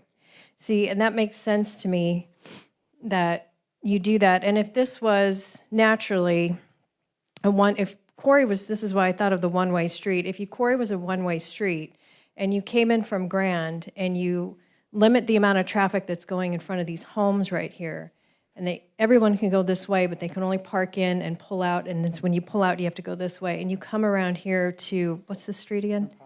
Rimpau, right. Then you have additional parking. So if you are making a parking type of loop and you're looking for somewhere to park, the flow on that makes sense, but only if you limit how you can go through there. And then you can come around here. Ideally, people would not be parking across the street. And I think that would keep that from happening. That's what I see, anyway. So I like that one the best. I'll just say that. But I know I don't get to decide. I do like the buildings down at that end. I think I like the sports courts down here, and I just think that it does feel. I mean, you drive down the street and you see that building, you're like, wow, look at that. You'll really, that's the thing that you see. You would not see it down here. Value engineering, or, are all things equal with these 3 different plans? I mean, you're just trying to figure out, Right, exactly. Because that's what I'll end up doing. And then you guys will build the TJ Maxx version. I think that That's part of our next job. Inherently, the more perimeter you have of the building, it's probably more expensive, and the less perimeter you have of the building is less expensive.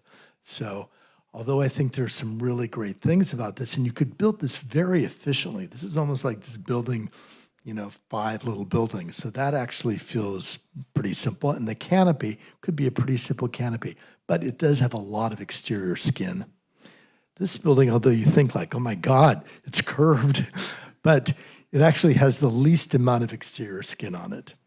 And so depending on if you made the rooms orthogonal and literally you just took and put beams that just, had a radial beam pattern and put a roof on it, this might be cheaper than that. Although when you look at it initially, you think that might be really expensive.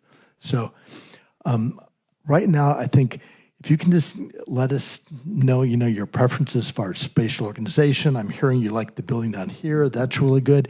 I think how the building opens up to the park and presents kind of indoor-outdoor activities is really important. Then we're going to take those things and figure out, like, how do we deliver the best experience for the least amount of money, basically. I think the most important operation that we've done was understanding what's the right size for this building.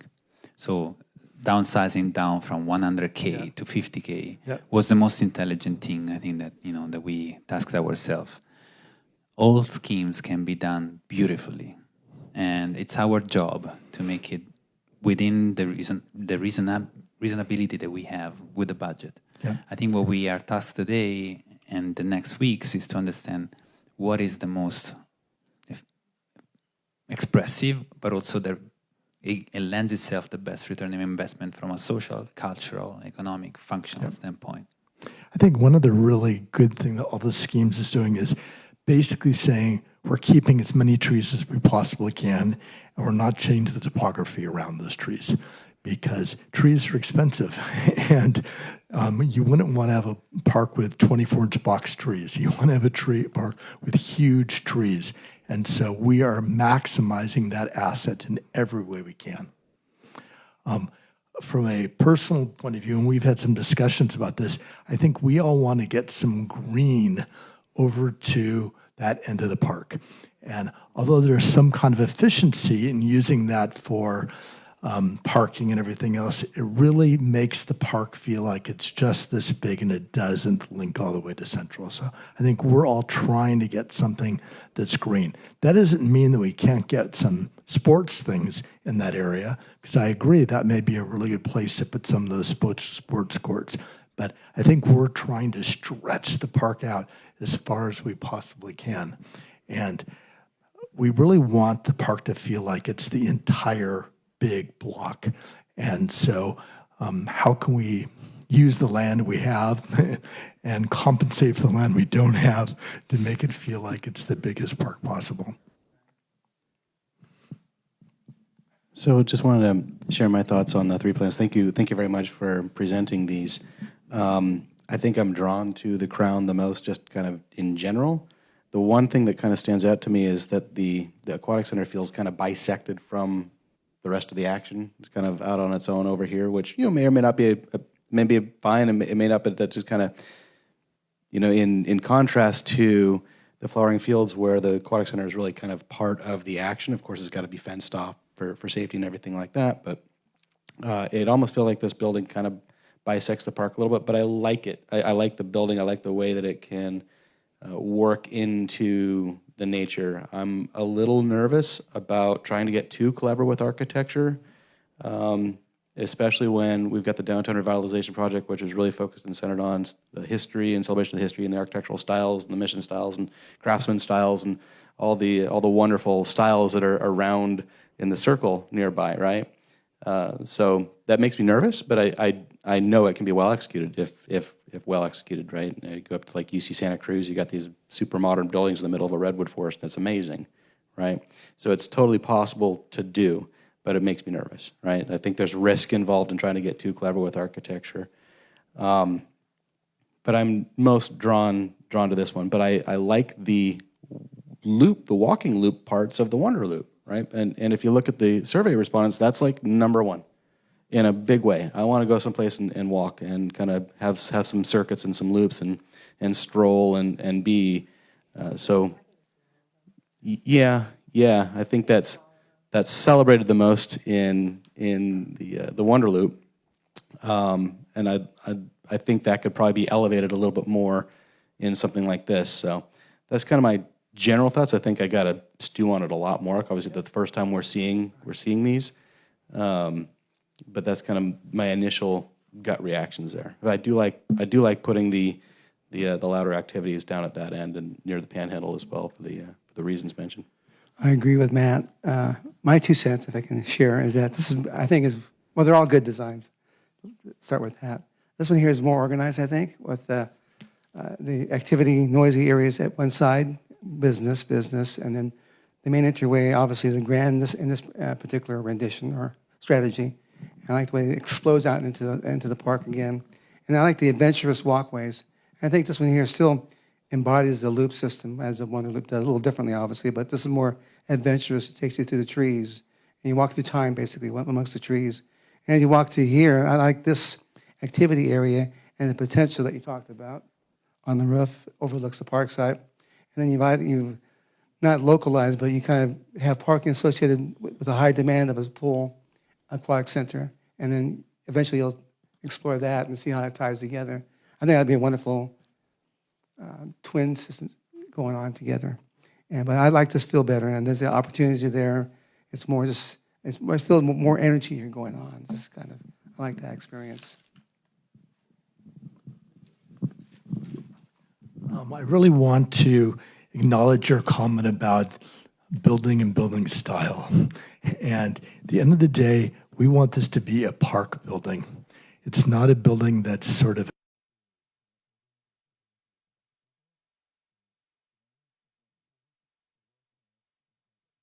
and we're going to, I think, work really hard to do that, because the last thing we want to do is have something that feels like it was wasteful in any kind of way. And so we're going to make that obligation to you.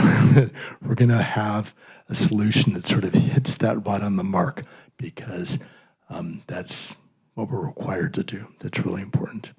One word I could add is just timelessness, right? That's got to be timeless, not trying to stake a point in time, but totally to be timeless and blend in with where it's at. I agree, because the park that we have now is 110 years old. The park we have now is 110 years old, so taking the word timeless in, this will go another 110 years, and I'll still be around kicking somewhere. But I like timeless.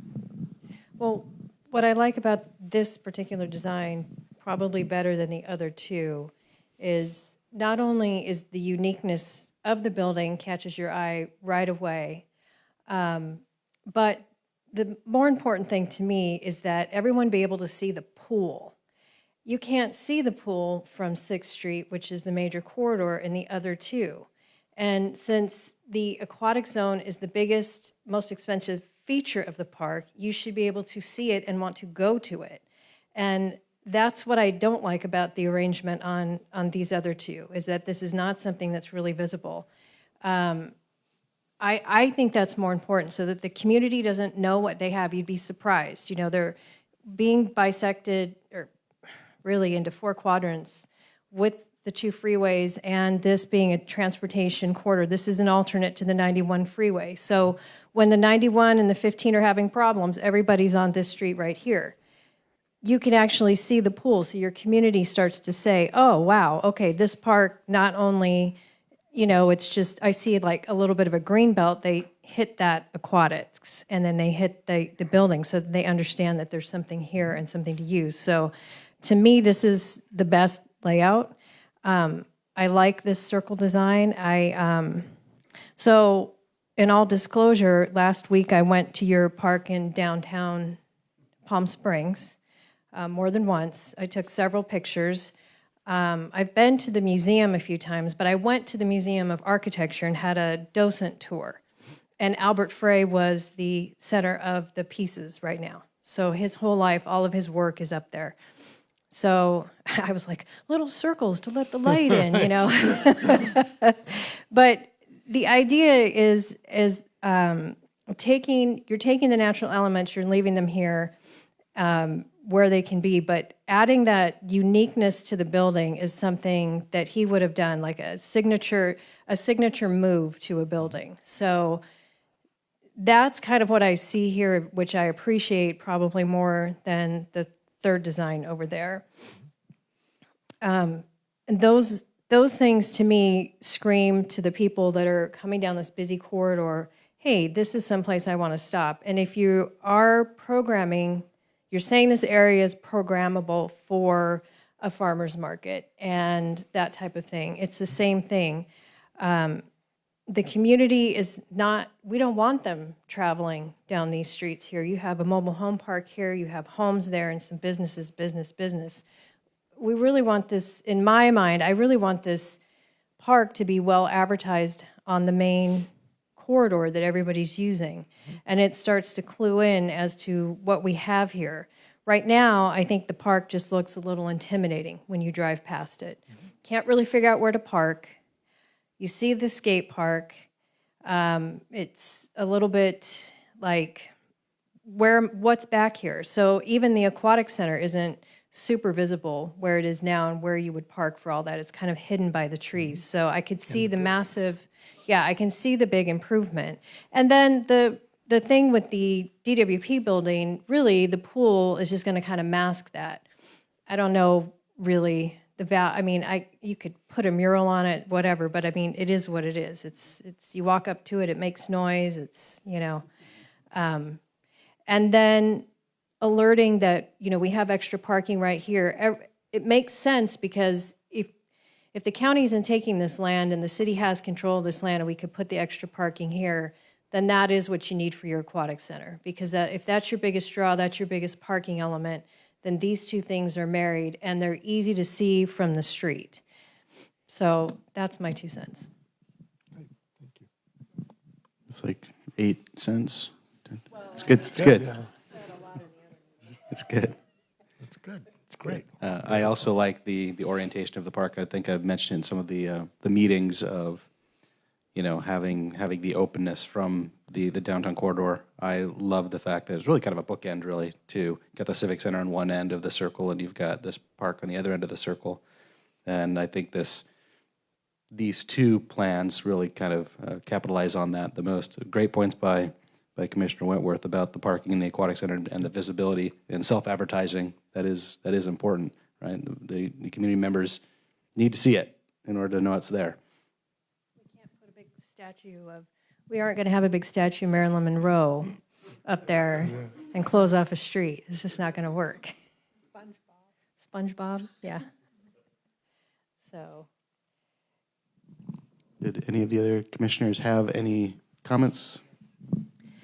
I feel like the botanical garden is not getting enough love and recognition because that could be a huge draw, and that could be something that people really enjoy. I think that was one of the top.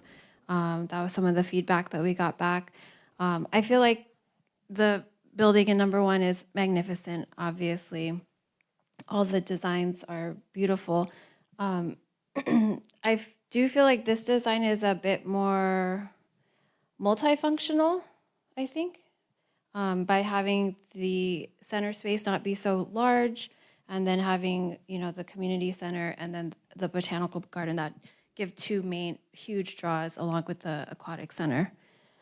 But yes, that one is really beautiful. I feel like this third design is very unassuming. I get what you're saying about it's not as welcoming, but it also kind of feels like maybe it could be a hidden gem in our city too. Like that once you get into it, it's something magnificent when you're in there, and it's almost like protected, but obviously you can see it from all different angles. So.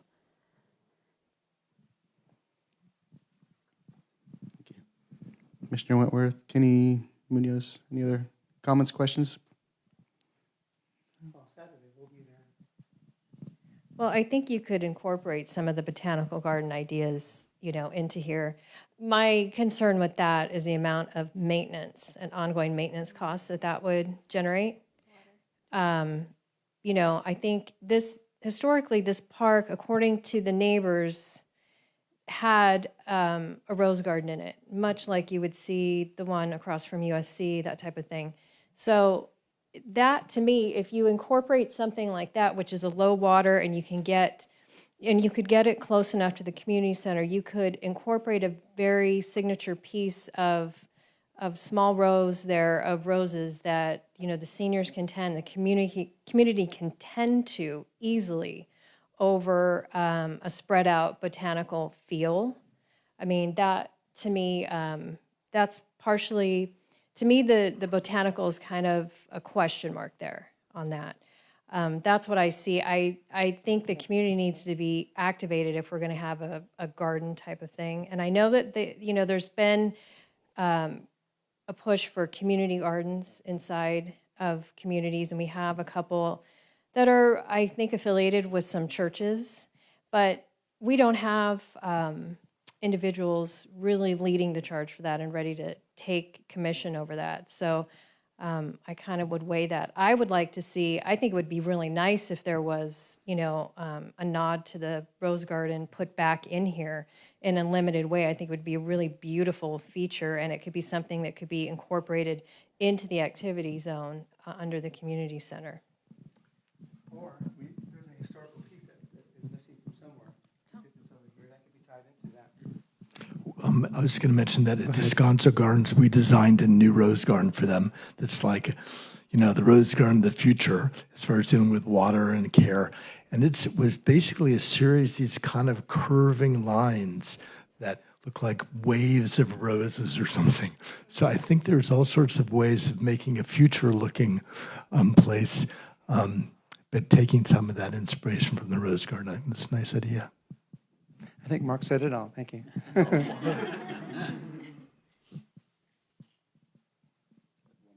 Yes. One more question. Maybe this is for staff. A lot of the amenities that we see inside the buildings seem to have a lot of overlay with what we see at Circle City Center.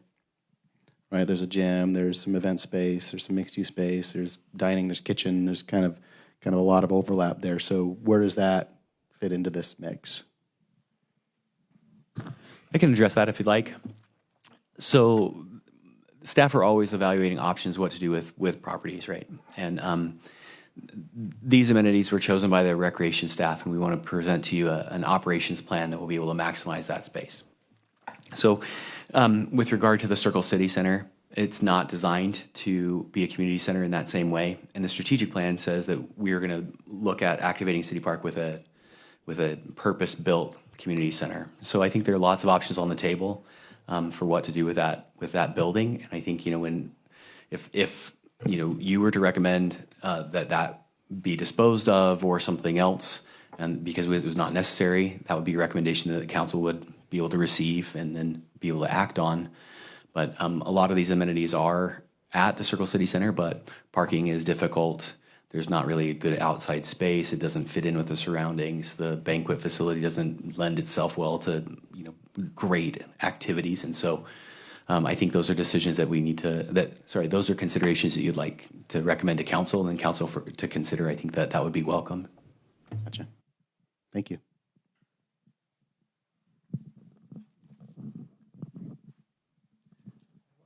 I just want to thank you for your frankness and clarity and honesty, and that we will pay attention to all the things you articulated and to some of the things you didn't articulate.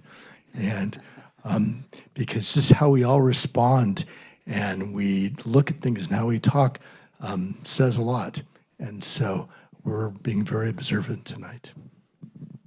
I do believe we do need to open up to public comment. Do we have any? Yes, Chair, we do have one speaker card. Fantastic. We'll go ahead and take it back to the dais then.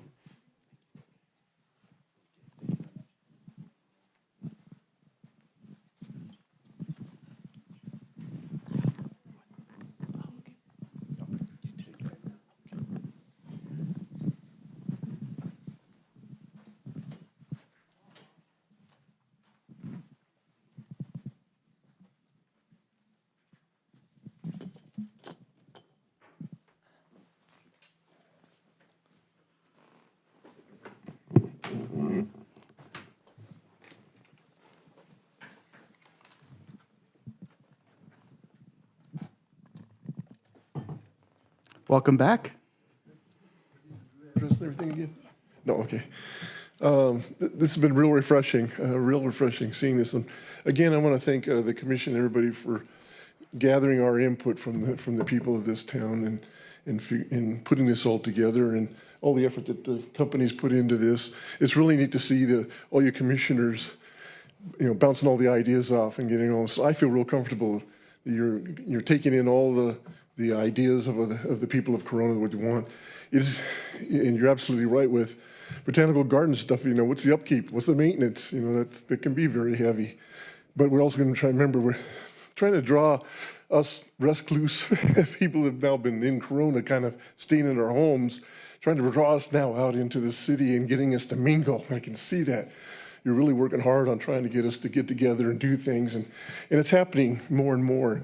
And the more we do it, the more people are going to come out. I don't think they're just used to coming out like that because we've never really done that a whole lot here.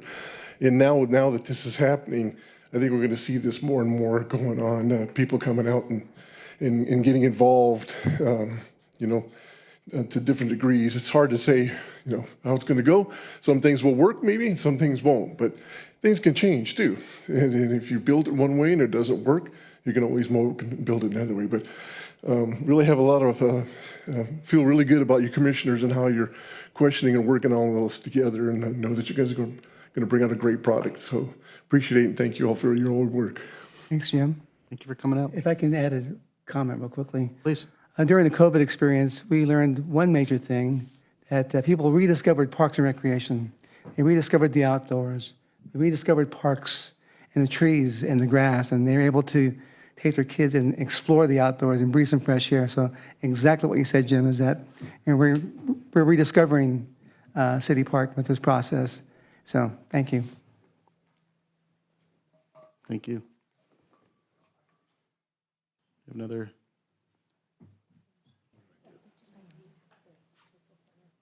Got one more public speaker. Real quick. No problem. Welcome. Howdy. I'm Mark Robinson. I've lived here for 40, 50 years, and I was heavily involved in aquatics for years and years and years. And I think from all the discussions I've just heard, I really think you're cheating. We've got two elephants in the corner of this, all these designs, the one on the corner and the one next to it, with the plunge sitting right in between. And I really think we've got to isolate that property back there from our park. And the only option that seems to address that is this one here. We're back here. We still have a great service station on the corner with 3 little shitty houses sitting right behind it. I've had my car broken in there while I'm at the plunge watching it. I think you need to isolate that property. If we cannot access it, isolate it back away from the park. Do you mind showing me what? Yeah. I would really appreciate that. Thank you. Sure. We're talking this piece. Mm-hmm. There's a service station here. There's an old scout house there. Right. I've worked on the scout house, bought propane here, but these, and then the little houses are right here. If I don't, and so this driveway right here is also intruding upon the space, and it takes up room. People have to park there. And so what's with this service station? I would like to isolate it back, and if pickleball is a real noise concern, I'd put my pickleball courts right there. I want them to know we're out here playing. Bam, bam, bam, all day. Just leave. I don't know. But I like this design simply because it isolates us and our park from that, which doesn't seem to be going anywhere. So Well, that's all I got to say. Thank you. Thank you. I would like to welcome my fellow commissioners for any of their final comments or questions before we close this item. Commissioner Munoz. Yes, real quickly. This Thursday is the community conversation with Black History Month. That'll be exciting. And then sorry, that's on this item. I'm sorry? On the designs. Oh. Yeah, sorry. Sorry. looking forward to Saturday, and we'll all be there, hopefully. And then we'll give you a chance to get back to the community to hear their thoughts and their desires, to see what the board goes from my right to your left to something more in fruition of what the design could look like in a three-dimensional space. So it goes from flat, two-dimensional, actually from the analysis to 2D to 3D. So I think they're going to be excited about all three of them, but now it'll be up to Rios Incorporated to gather those thoughts and ideas and then mesh them into something that's workable. Awesome. Thank you. Thank you, Mr. Munoz. Chair Olson, if I could add just one thing. So I know we do have our pop-up event on Saturday at City Park. We are also going to be moving these models to the Circle City Center, and we're going to have them out on display in the lobby. So if anybody from the public wants to go out and see them, we'll have opportunities for the public to be able to provide feedback, as well as the commission. Anyone that wants to go out and see these again, they will be available for public viewing. And a question for that, it's great that they're able to view any way that they can kind of offer their feedback on them at the Circle City Center, for instance, as well. Yes, correct. So we will have some survey sheets out for public to be able to provide their feedback. And then as well as for the commission, I know you are just seeing these designs for the first time tonight. It's a lot of information to digest, and we appreciate all the feedback that you've provided this evening. But as you continue to study these, reflect on them a little bit more, if you have additional thoughts, additional questions, you can reach out to staff. And we also do encourage you to reach out to your council members to share any additional feedback you have, because we will be presenting it to them as well next week. So it's important that they hear from you as well. Thank you. Any other questions or comments, Commissioner Kenny? Thank you for the presentation and how thorough it was, and for staff for bringing you here and putting that on. I've been one of the bigger skeptics of this, and I have to be honest, it's hard not to get excited when you see these. I mean, they're amazing, they're fun, I would want to go probably, even though I said I never would, but I do want to make sure there's still balance, though, between the excitement of this and the reality and the financial responsibility and the ongoing costs. That it's really easy to get wrapped up in the excitement, but we just have to always still be responsible, and that would be my leading comment. But just thank you very much for all this effort. Thank you very much. Commissioner Wentworth? Thank you. I did not know what to expect tonight, actually, based on the email we got. This was such a pleasant surprise. And I think Commissioner Bass summed it up well when she said that she called Design 3 a hidden gem, but really, I think the whole park is a hidden gem. So I was, kind of blown away by what you brought here tonight. The prior iterations and discussions that we had really felt, to me, on my end, laborious, almost like I was carrying a 60-pound stone uphill, trying to communicate to anyone that would listen the importance of a multi-generational community center in the community, and reiterating over and over again that the people in the community, including the council and the commissioners, do not understand exactly what that will bring to our community, because we've never had one, and we don't really live in the vicinity of one. So we aren't visiting a neighboring city. We're not driving out to Riverside to use a community center.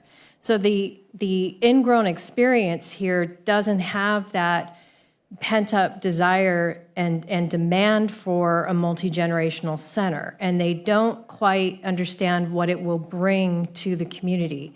And that tonight is what I could finally see, and see it articulated in such a way that exactly as I was expressing it when we had the private meeting with Rios, which is the ability to imagine the person using the park.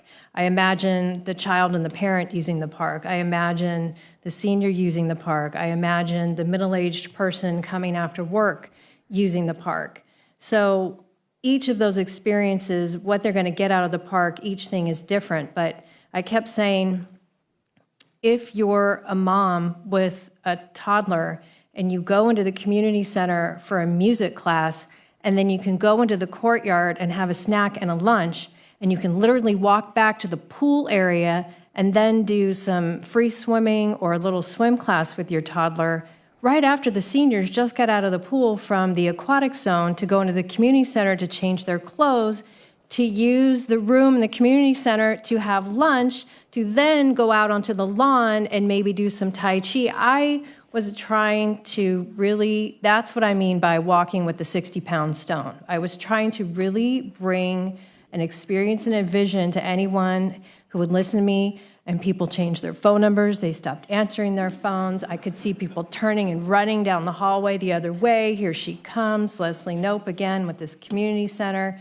But, and I know Amy was very like, oh my gosh, and I think the intimidating factor came from the prior iteration because it brought with it images that weren't appropriate for a community center, 3 block buildings. And to that point, I did say to this consulting team that if you came back to me with these 3 block buildings or 1 block building, I will just go ahead and not support it, because that's not a community center. If you cannot get this communicated appropriately to Corona, to the people here that don't understand what they're missing out on, then we can't pull this forward. So I really appreciate that, because that's the effort that I see tonight, and that's, to me, the most important thing that we have going here.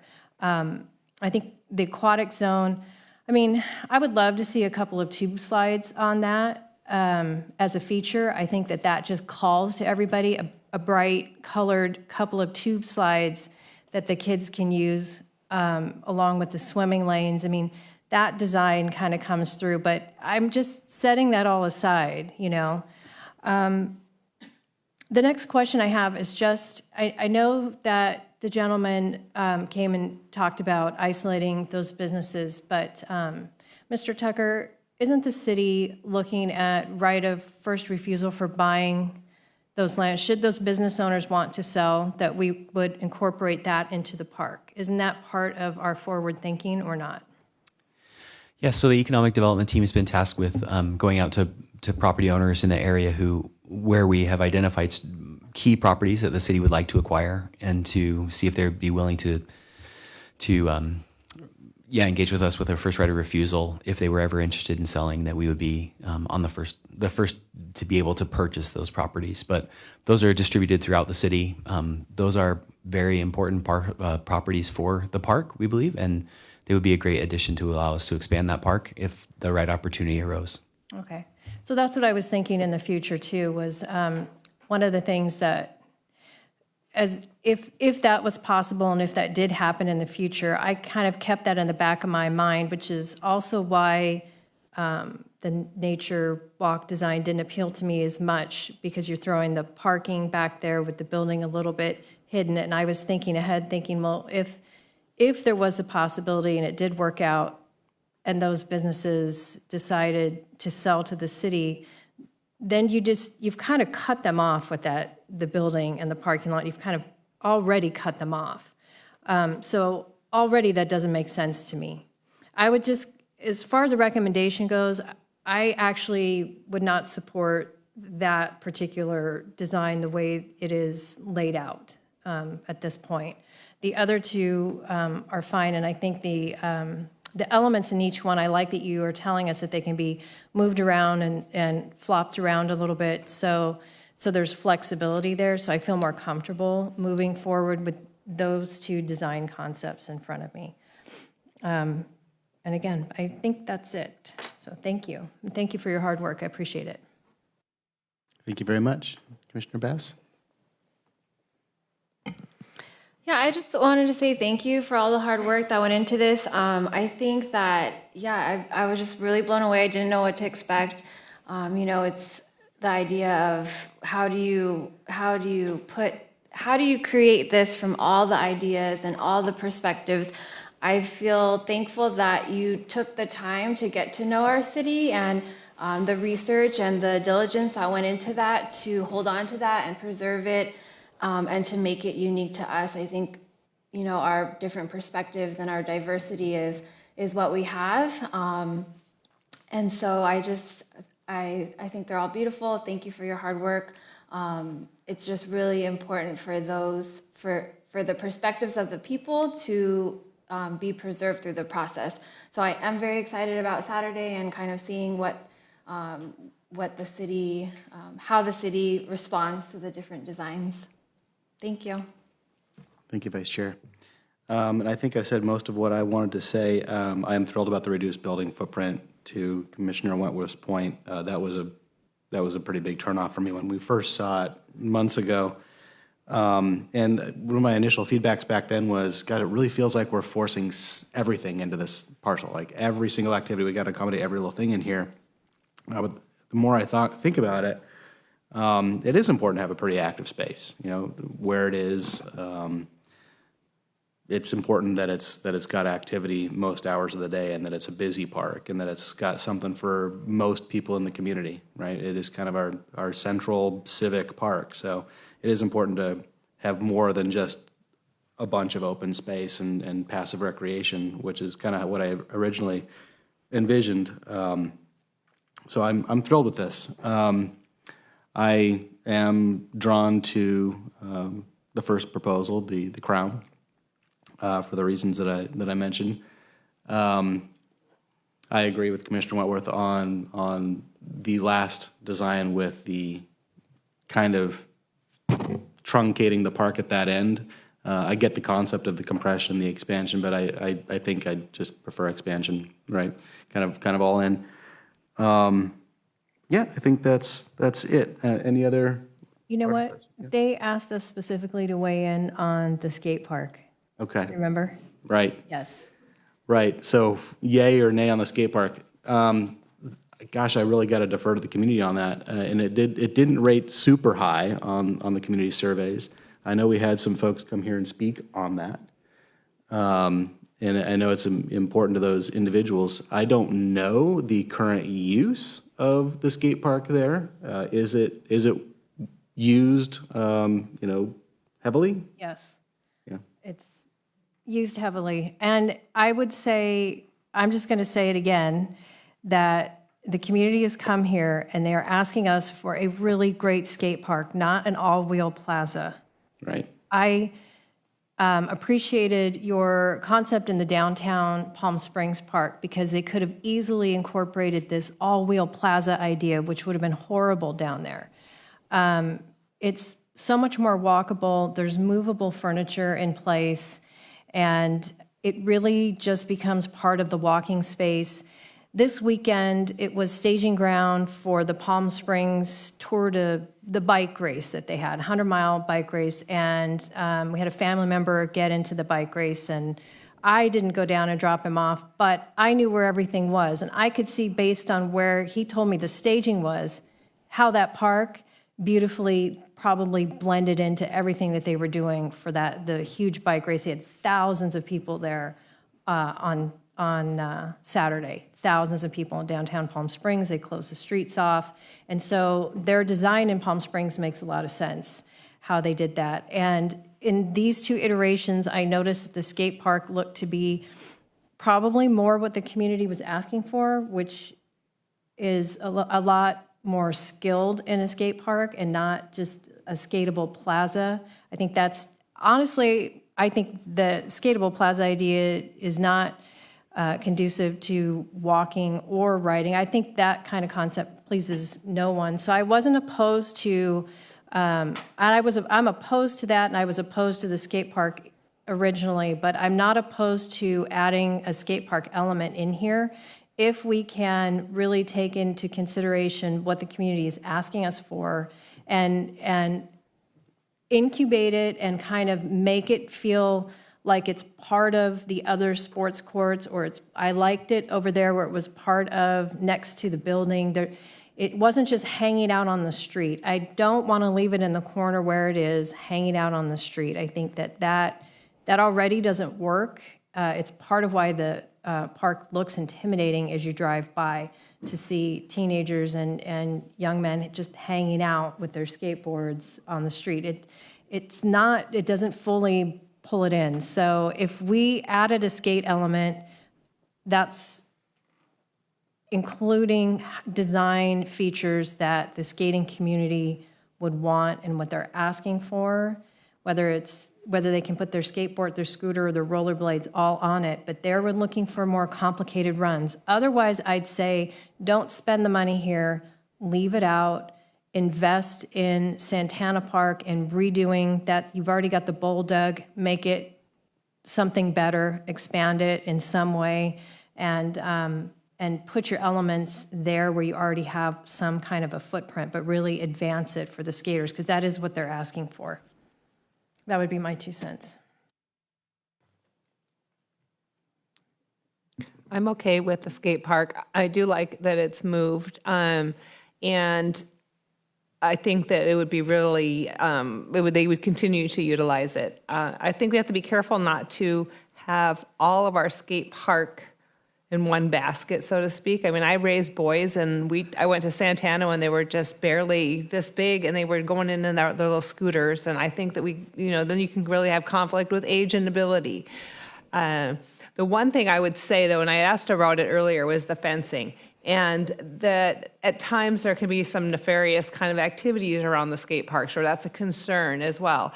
I would suggest that wherever it is, that would be a place where you can kind of target some fencing or some blocking so that there isn't jumping back and forth out of the park and into the park at that skate park location, going behind buildings or businesses or something like that. I would want to have it be a little bit more obvious if someone was coming and going so they couldn't kind of sneak around. And so that would be, and most people that use skate parks don't engage in that. I'm not trying to make a blanket statement, but there is an element of it as well. And I just think we need just to be mindful of that. But I'm okay with it. As I said here, I'm receiving some texts from some friends on skateboard parks, and they're yes on expanding Santana Park. It's already there. It's a nice area. But this area here seems to be a negative element to the area. And so young kids are afraid to go there because they might get beaten up. So if that's the feel of our youth, and that could be the case, where it's not the case at Santana Park. Great. Also, one last thing, too. I knew that the original skateboard park was 10,000 square feet. The new one on the master plan was like a doubled size. And as Michelle mentioned, it was low on the totem pole for a desirable piece of the fabric of the park site. So for 10,000, 20,000, it didn't make sense. So, thank you. Yeah, I think I'm okay leaving the skate park out because it didn't rank that high as far as the amenities. If we could do it, great, but I don't want to get hung up on it. When I look at, if we can get, 2/3 of the top amenities accommodating, then I don't want it to get stuck there, that's all. Yeah, thank you. And for my part, and we're going to really help you with some real obvious consensus here. My feeling is that if we're going to do it right. I'm not in favor of an all-wheel plaza. This kind of a hybrid thing that's trying to sort of kind of be a thing, but not really a thing. I mean, I'm not. Why, right? Why do that? I would favor certainly putting some additional effort to scratch that itch at Santana, where we do already have some facilities. But if we do leave it in, if we do end up leaving it in, then we got to do it right. I do agree with Commissioner Kinney about visibility, and I think that applies to kind of across the board to all the amenities of this particular park. And I know you guys have put a lot of thought into that already. So that's kind of my thought. I'm okay omitting it in this particular case, just because, again, going back to the community surveys, it wasn't at the top of the list. But I do know that there are stakeholders in the community for whom it is very important. So I do think we do need to scratch that itch and accommodate that somewhere in the city. I don't know that it necessarily has to be at this site, but I'm not opposed to being at the site, but I don't think it's a must-have at this site either. Have we answered all the questions? All right. Thank you very much. Thank you again for the effort in bringing the visual aids. It's certainly very, very helpful. A lot easier than just looking at some PowerPoints and PDFs. Very much appreciate that. Can we just announce one more time Saturday's event, time, place? For sure. Yes, absolutely. So this Saturday, February 17th, we'll be having a pop-up event at City Park, the current City Park location, from 10 a.m. to 2 p.m.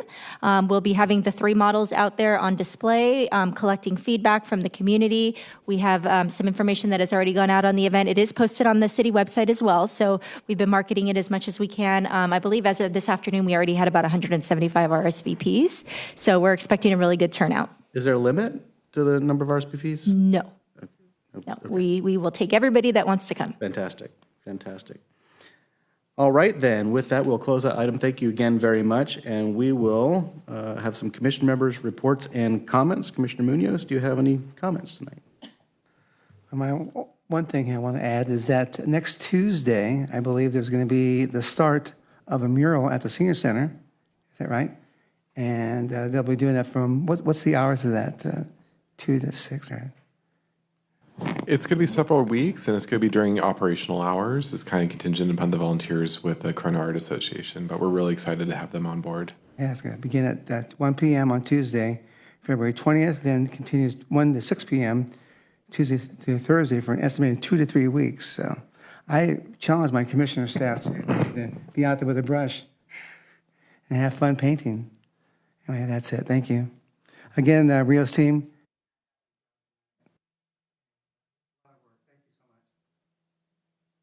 Thank you, Commissioner Munoz. Commissioner Kinney? I don't have any extra comments or a report, but just thank you for everybody who contributed tonight. Thank you. Thank you very much. Commissioner Wentworth? I don't really have any comments, reports. I have a comment just to thank the staff and the fellow commissioners here that we've worked really hard on this. We spent many, many hours, as we did many hours on the Trails Master Plan and the City Park Master Plan. And I think when the community sees it, they see this random document and they don't understand that there are tens of hours behind it and that we're all working together as a team and trying to listen to the community. I am absolutely so pleased that through all of these 3 processes, the city has hired and made part of their scope of work that they get and appreciate and incorporate resident feedback on a much larger, balanced, equitable scale. I think it's making a huge difference on what we've been able to put forward in the Parks Master Plan, Trail Plan, and now the City Park Plan. So I just wanted to add that comment that this has been going on for years. This is not something that we just did overnight, and this is tens of hours of input from not only us, but the residents, and hard work from the staff to incorporate all that. So thank you. Thank you very much. Vice Chair Bass? I don't have any additional comments, but thank you, and I hope everyone has a happy Valentine's. That was mine. I don't either. Very well summarized by my colleagues up here. Thank you very much for the effort. Really excited to get to this phase of this project. And with that, we will adjourn this evening. Thank you for joining us, and we will meet again Tuesday, March 12th, 2024, beginning at 6 p.m. right here. Thank you very much.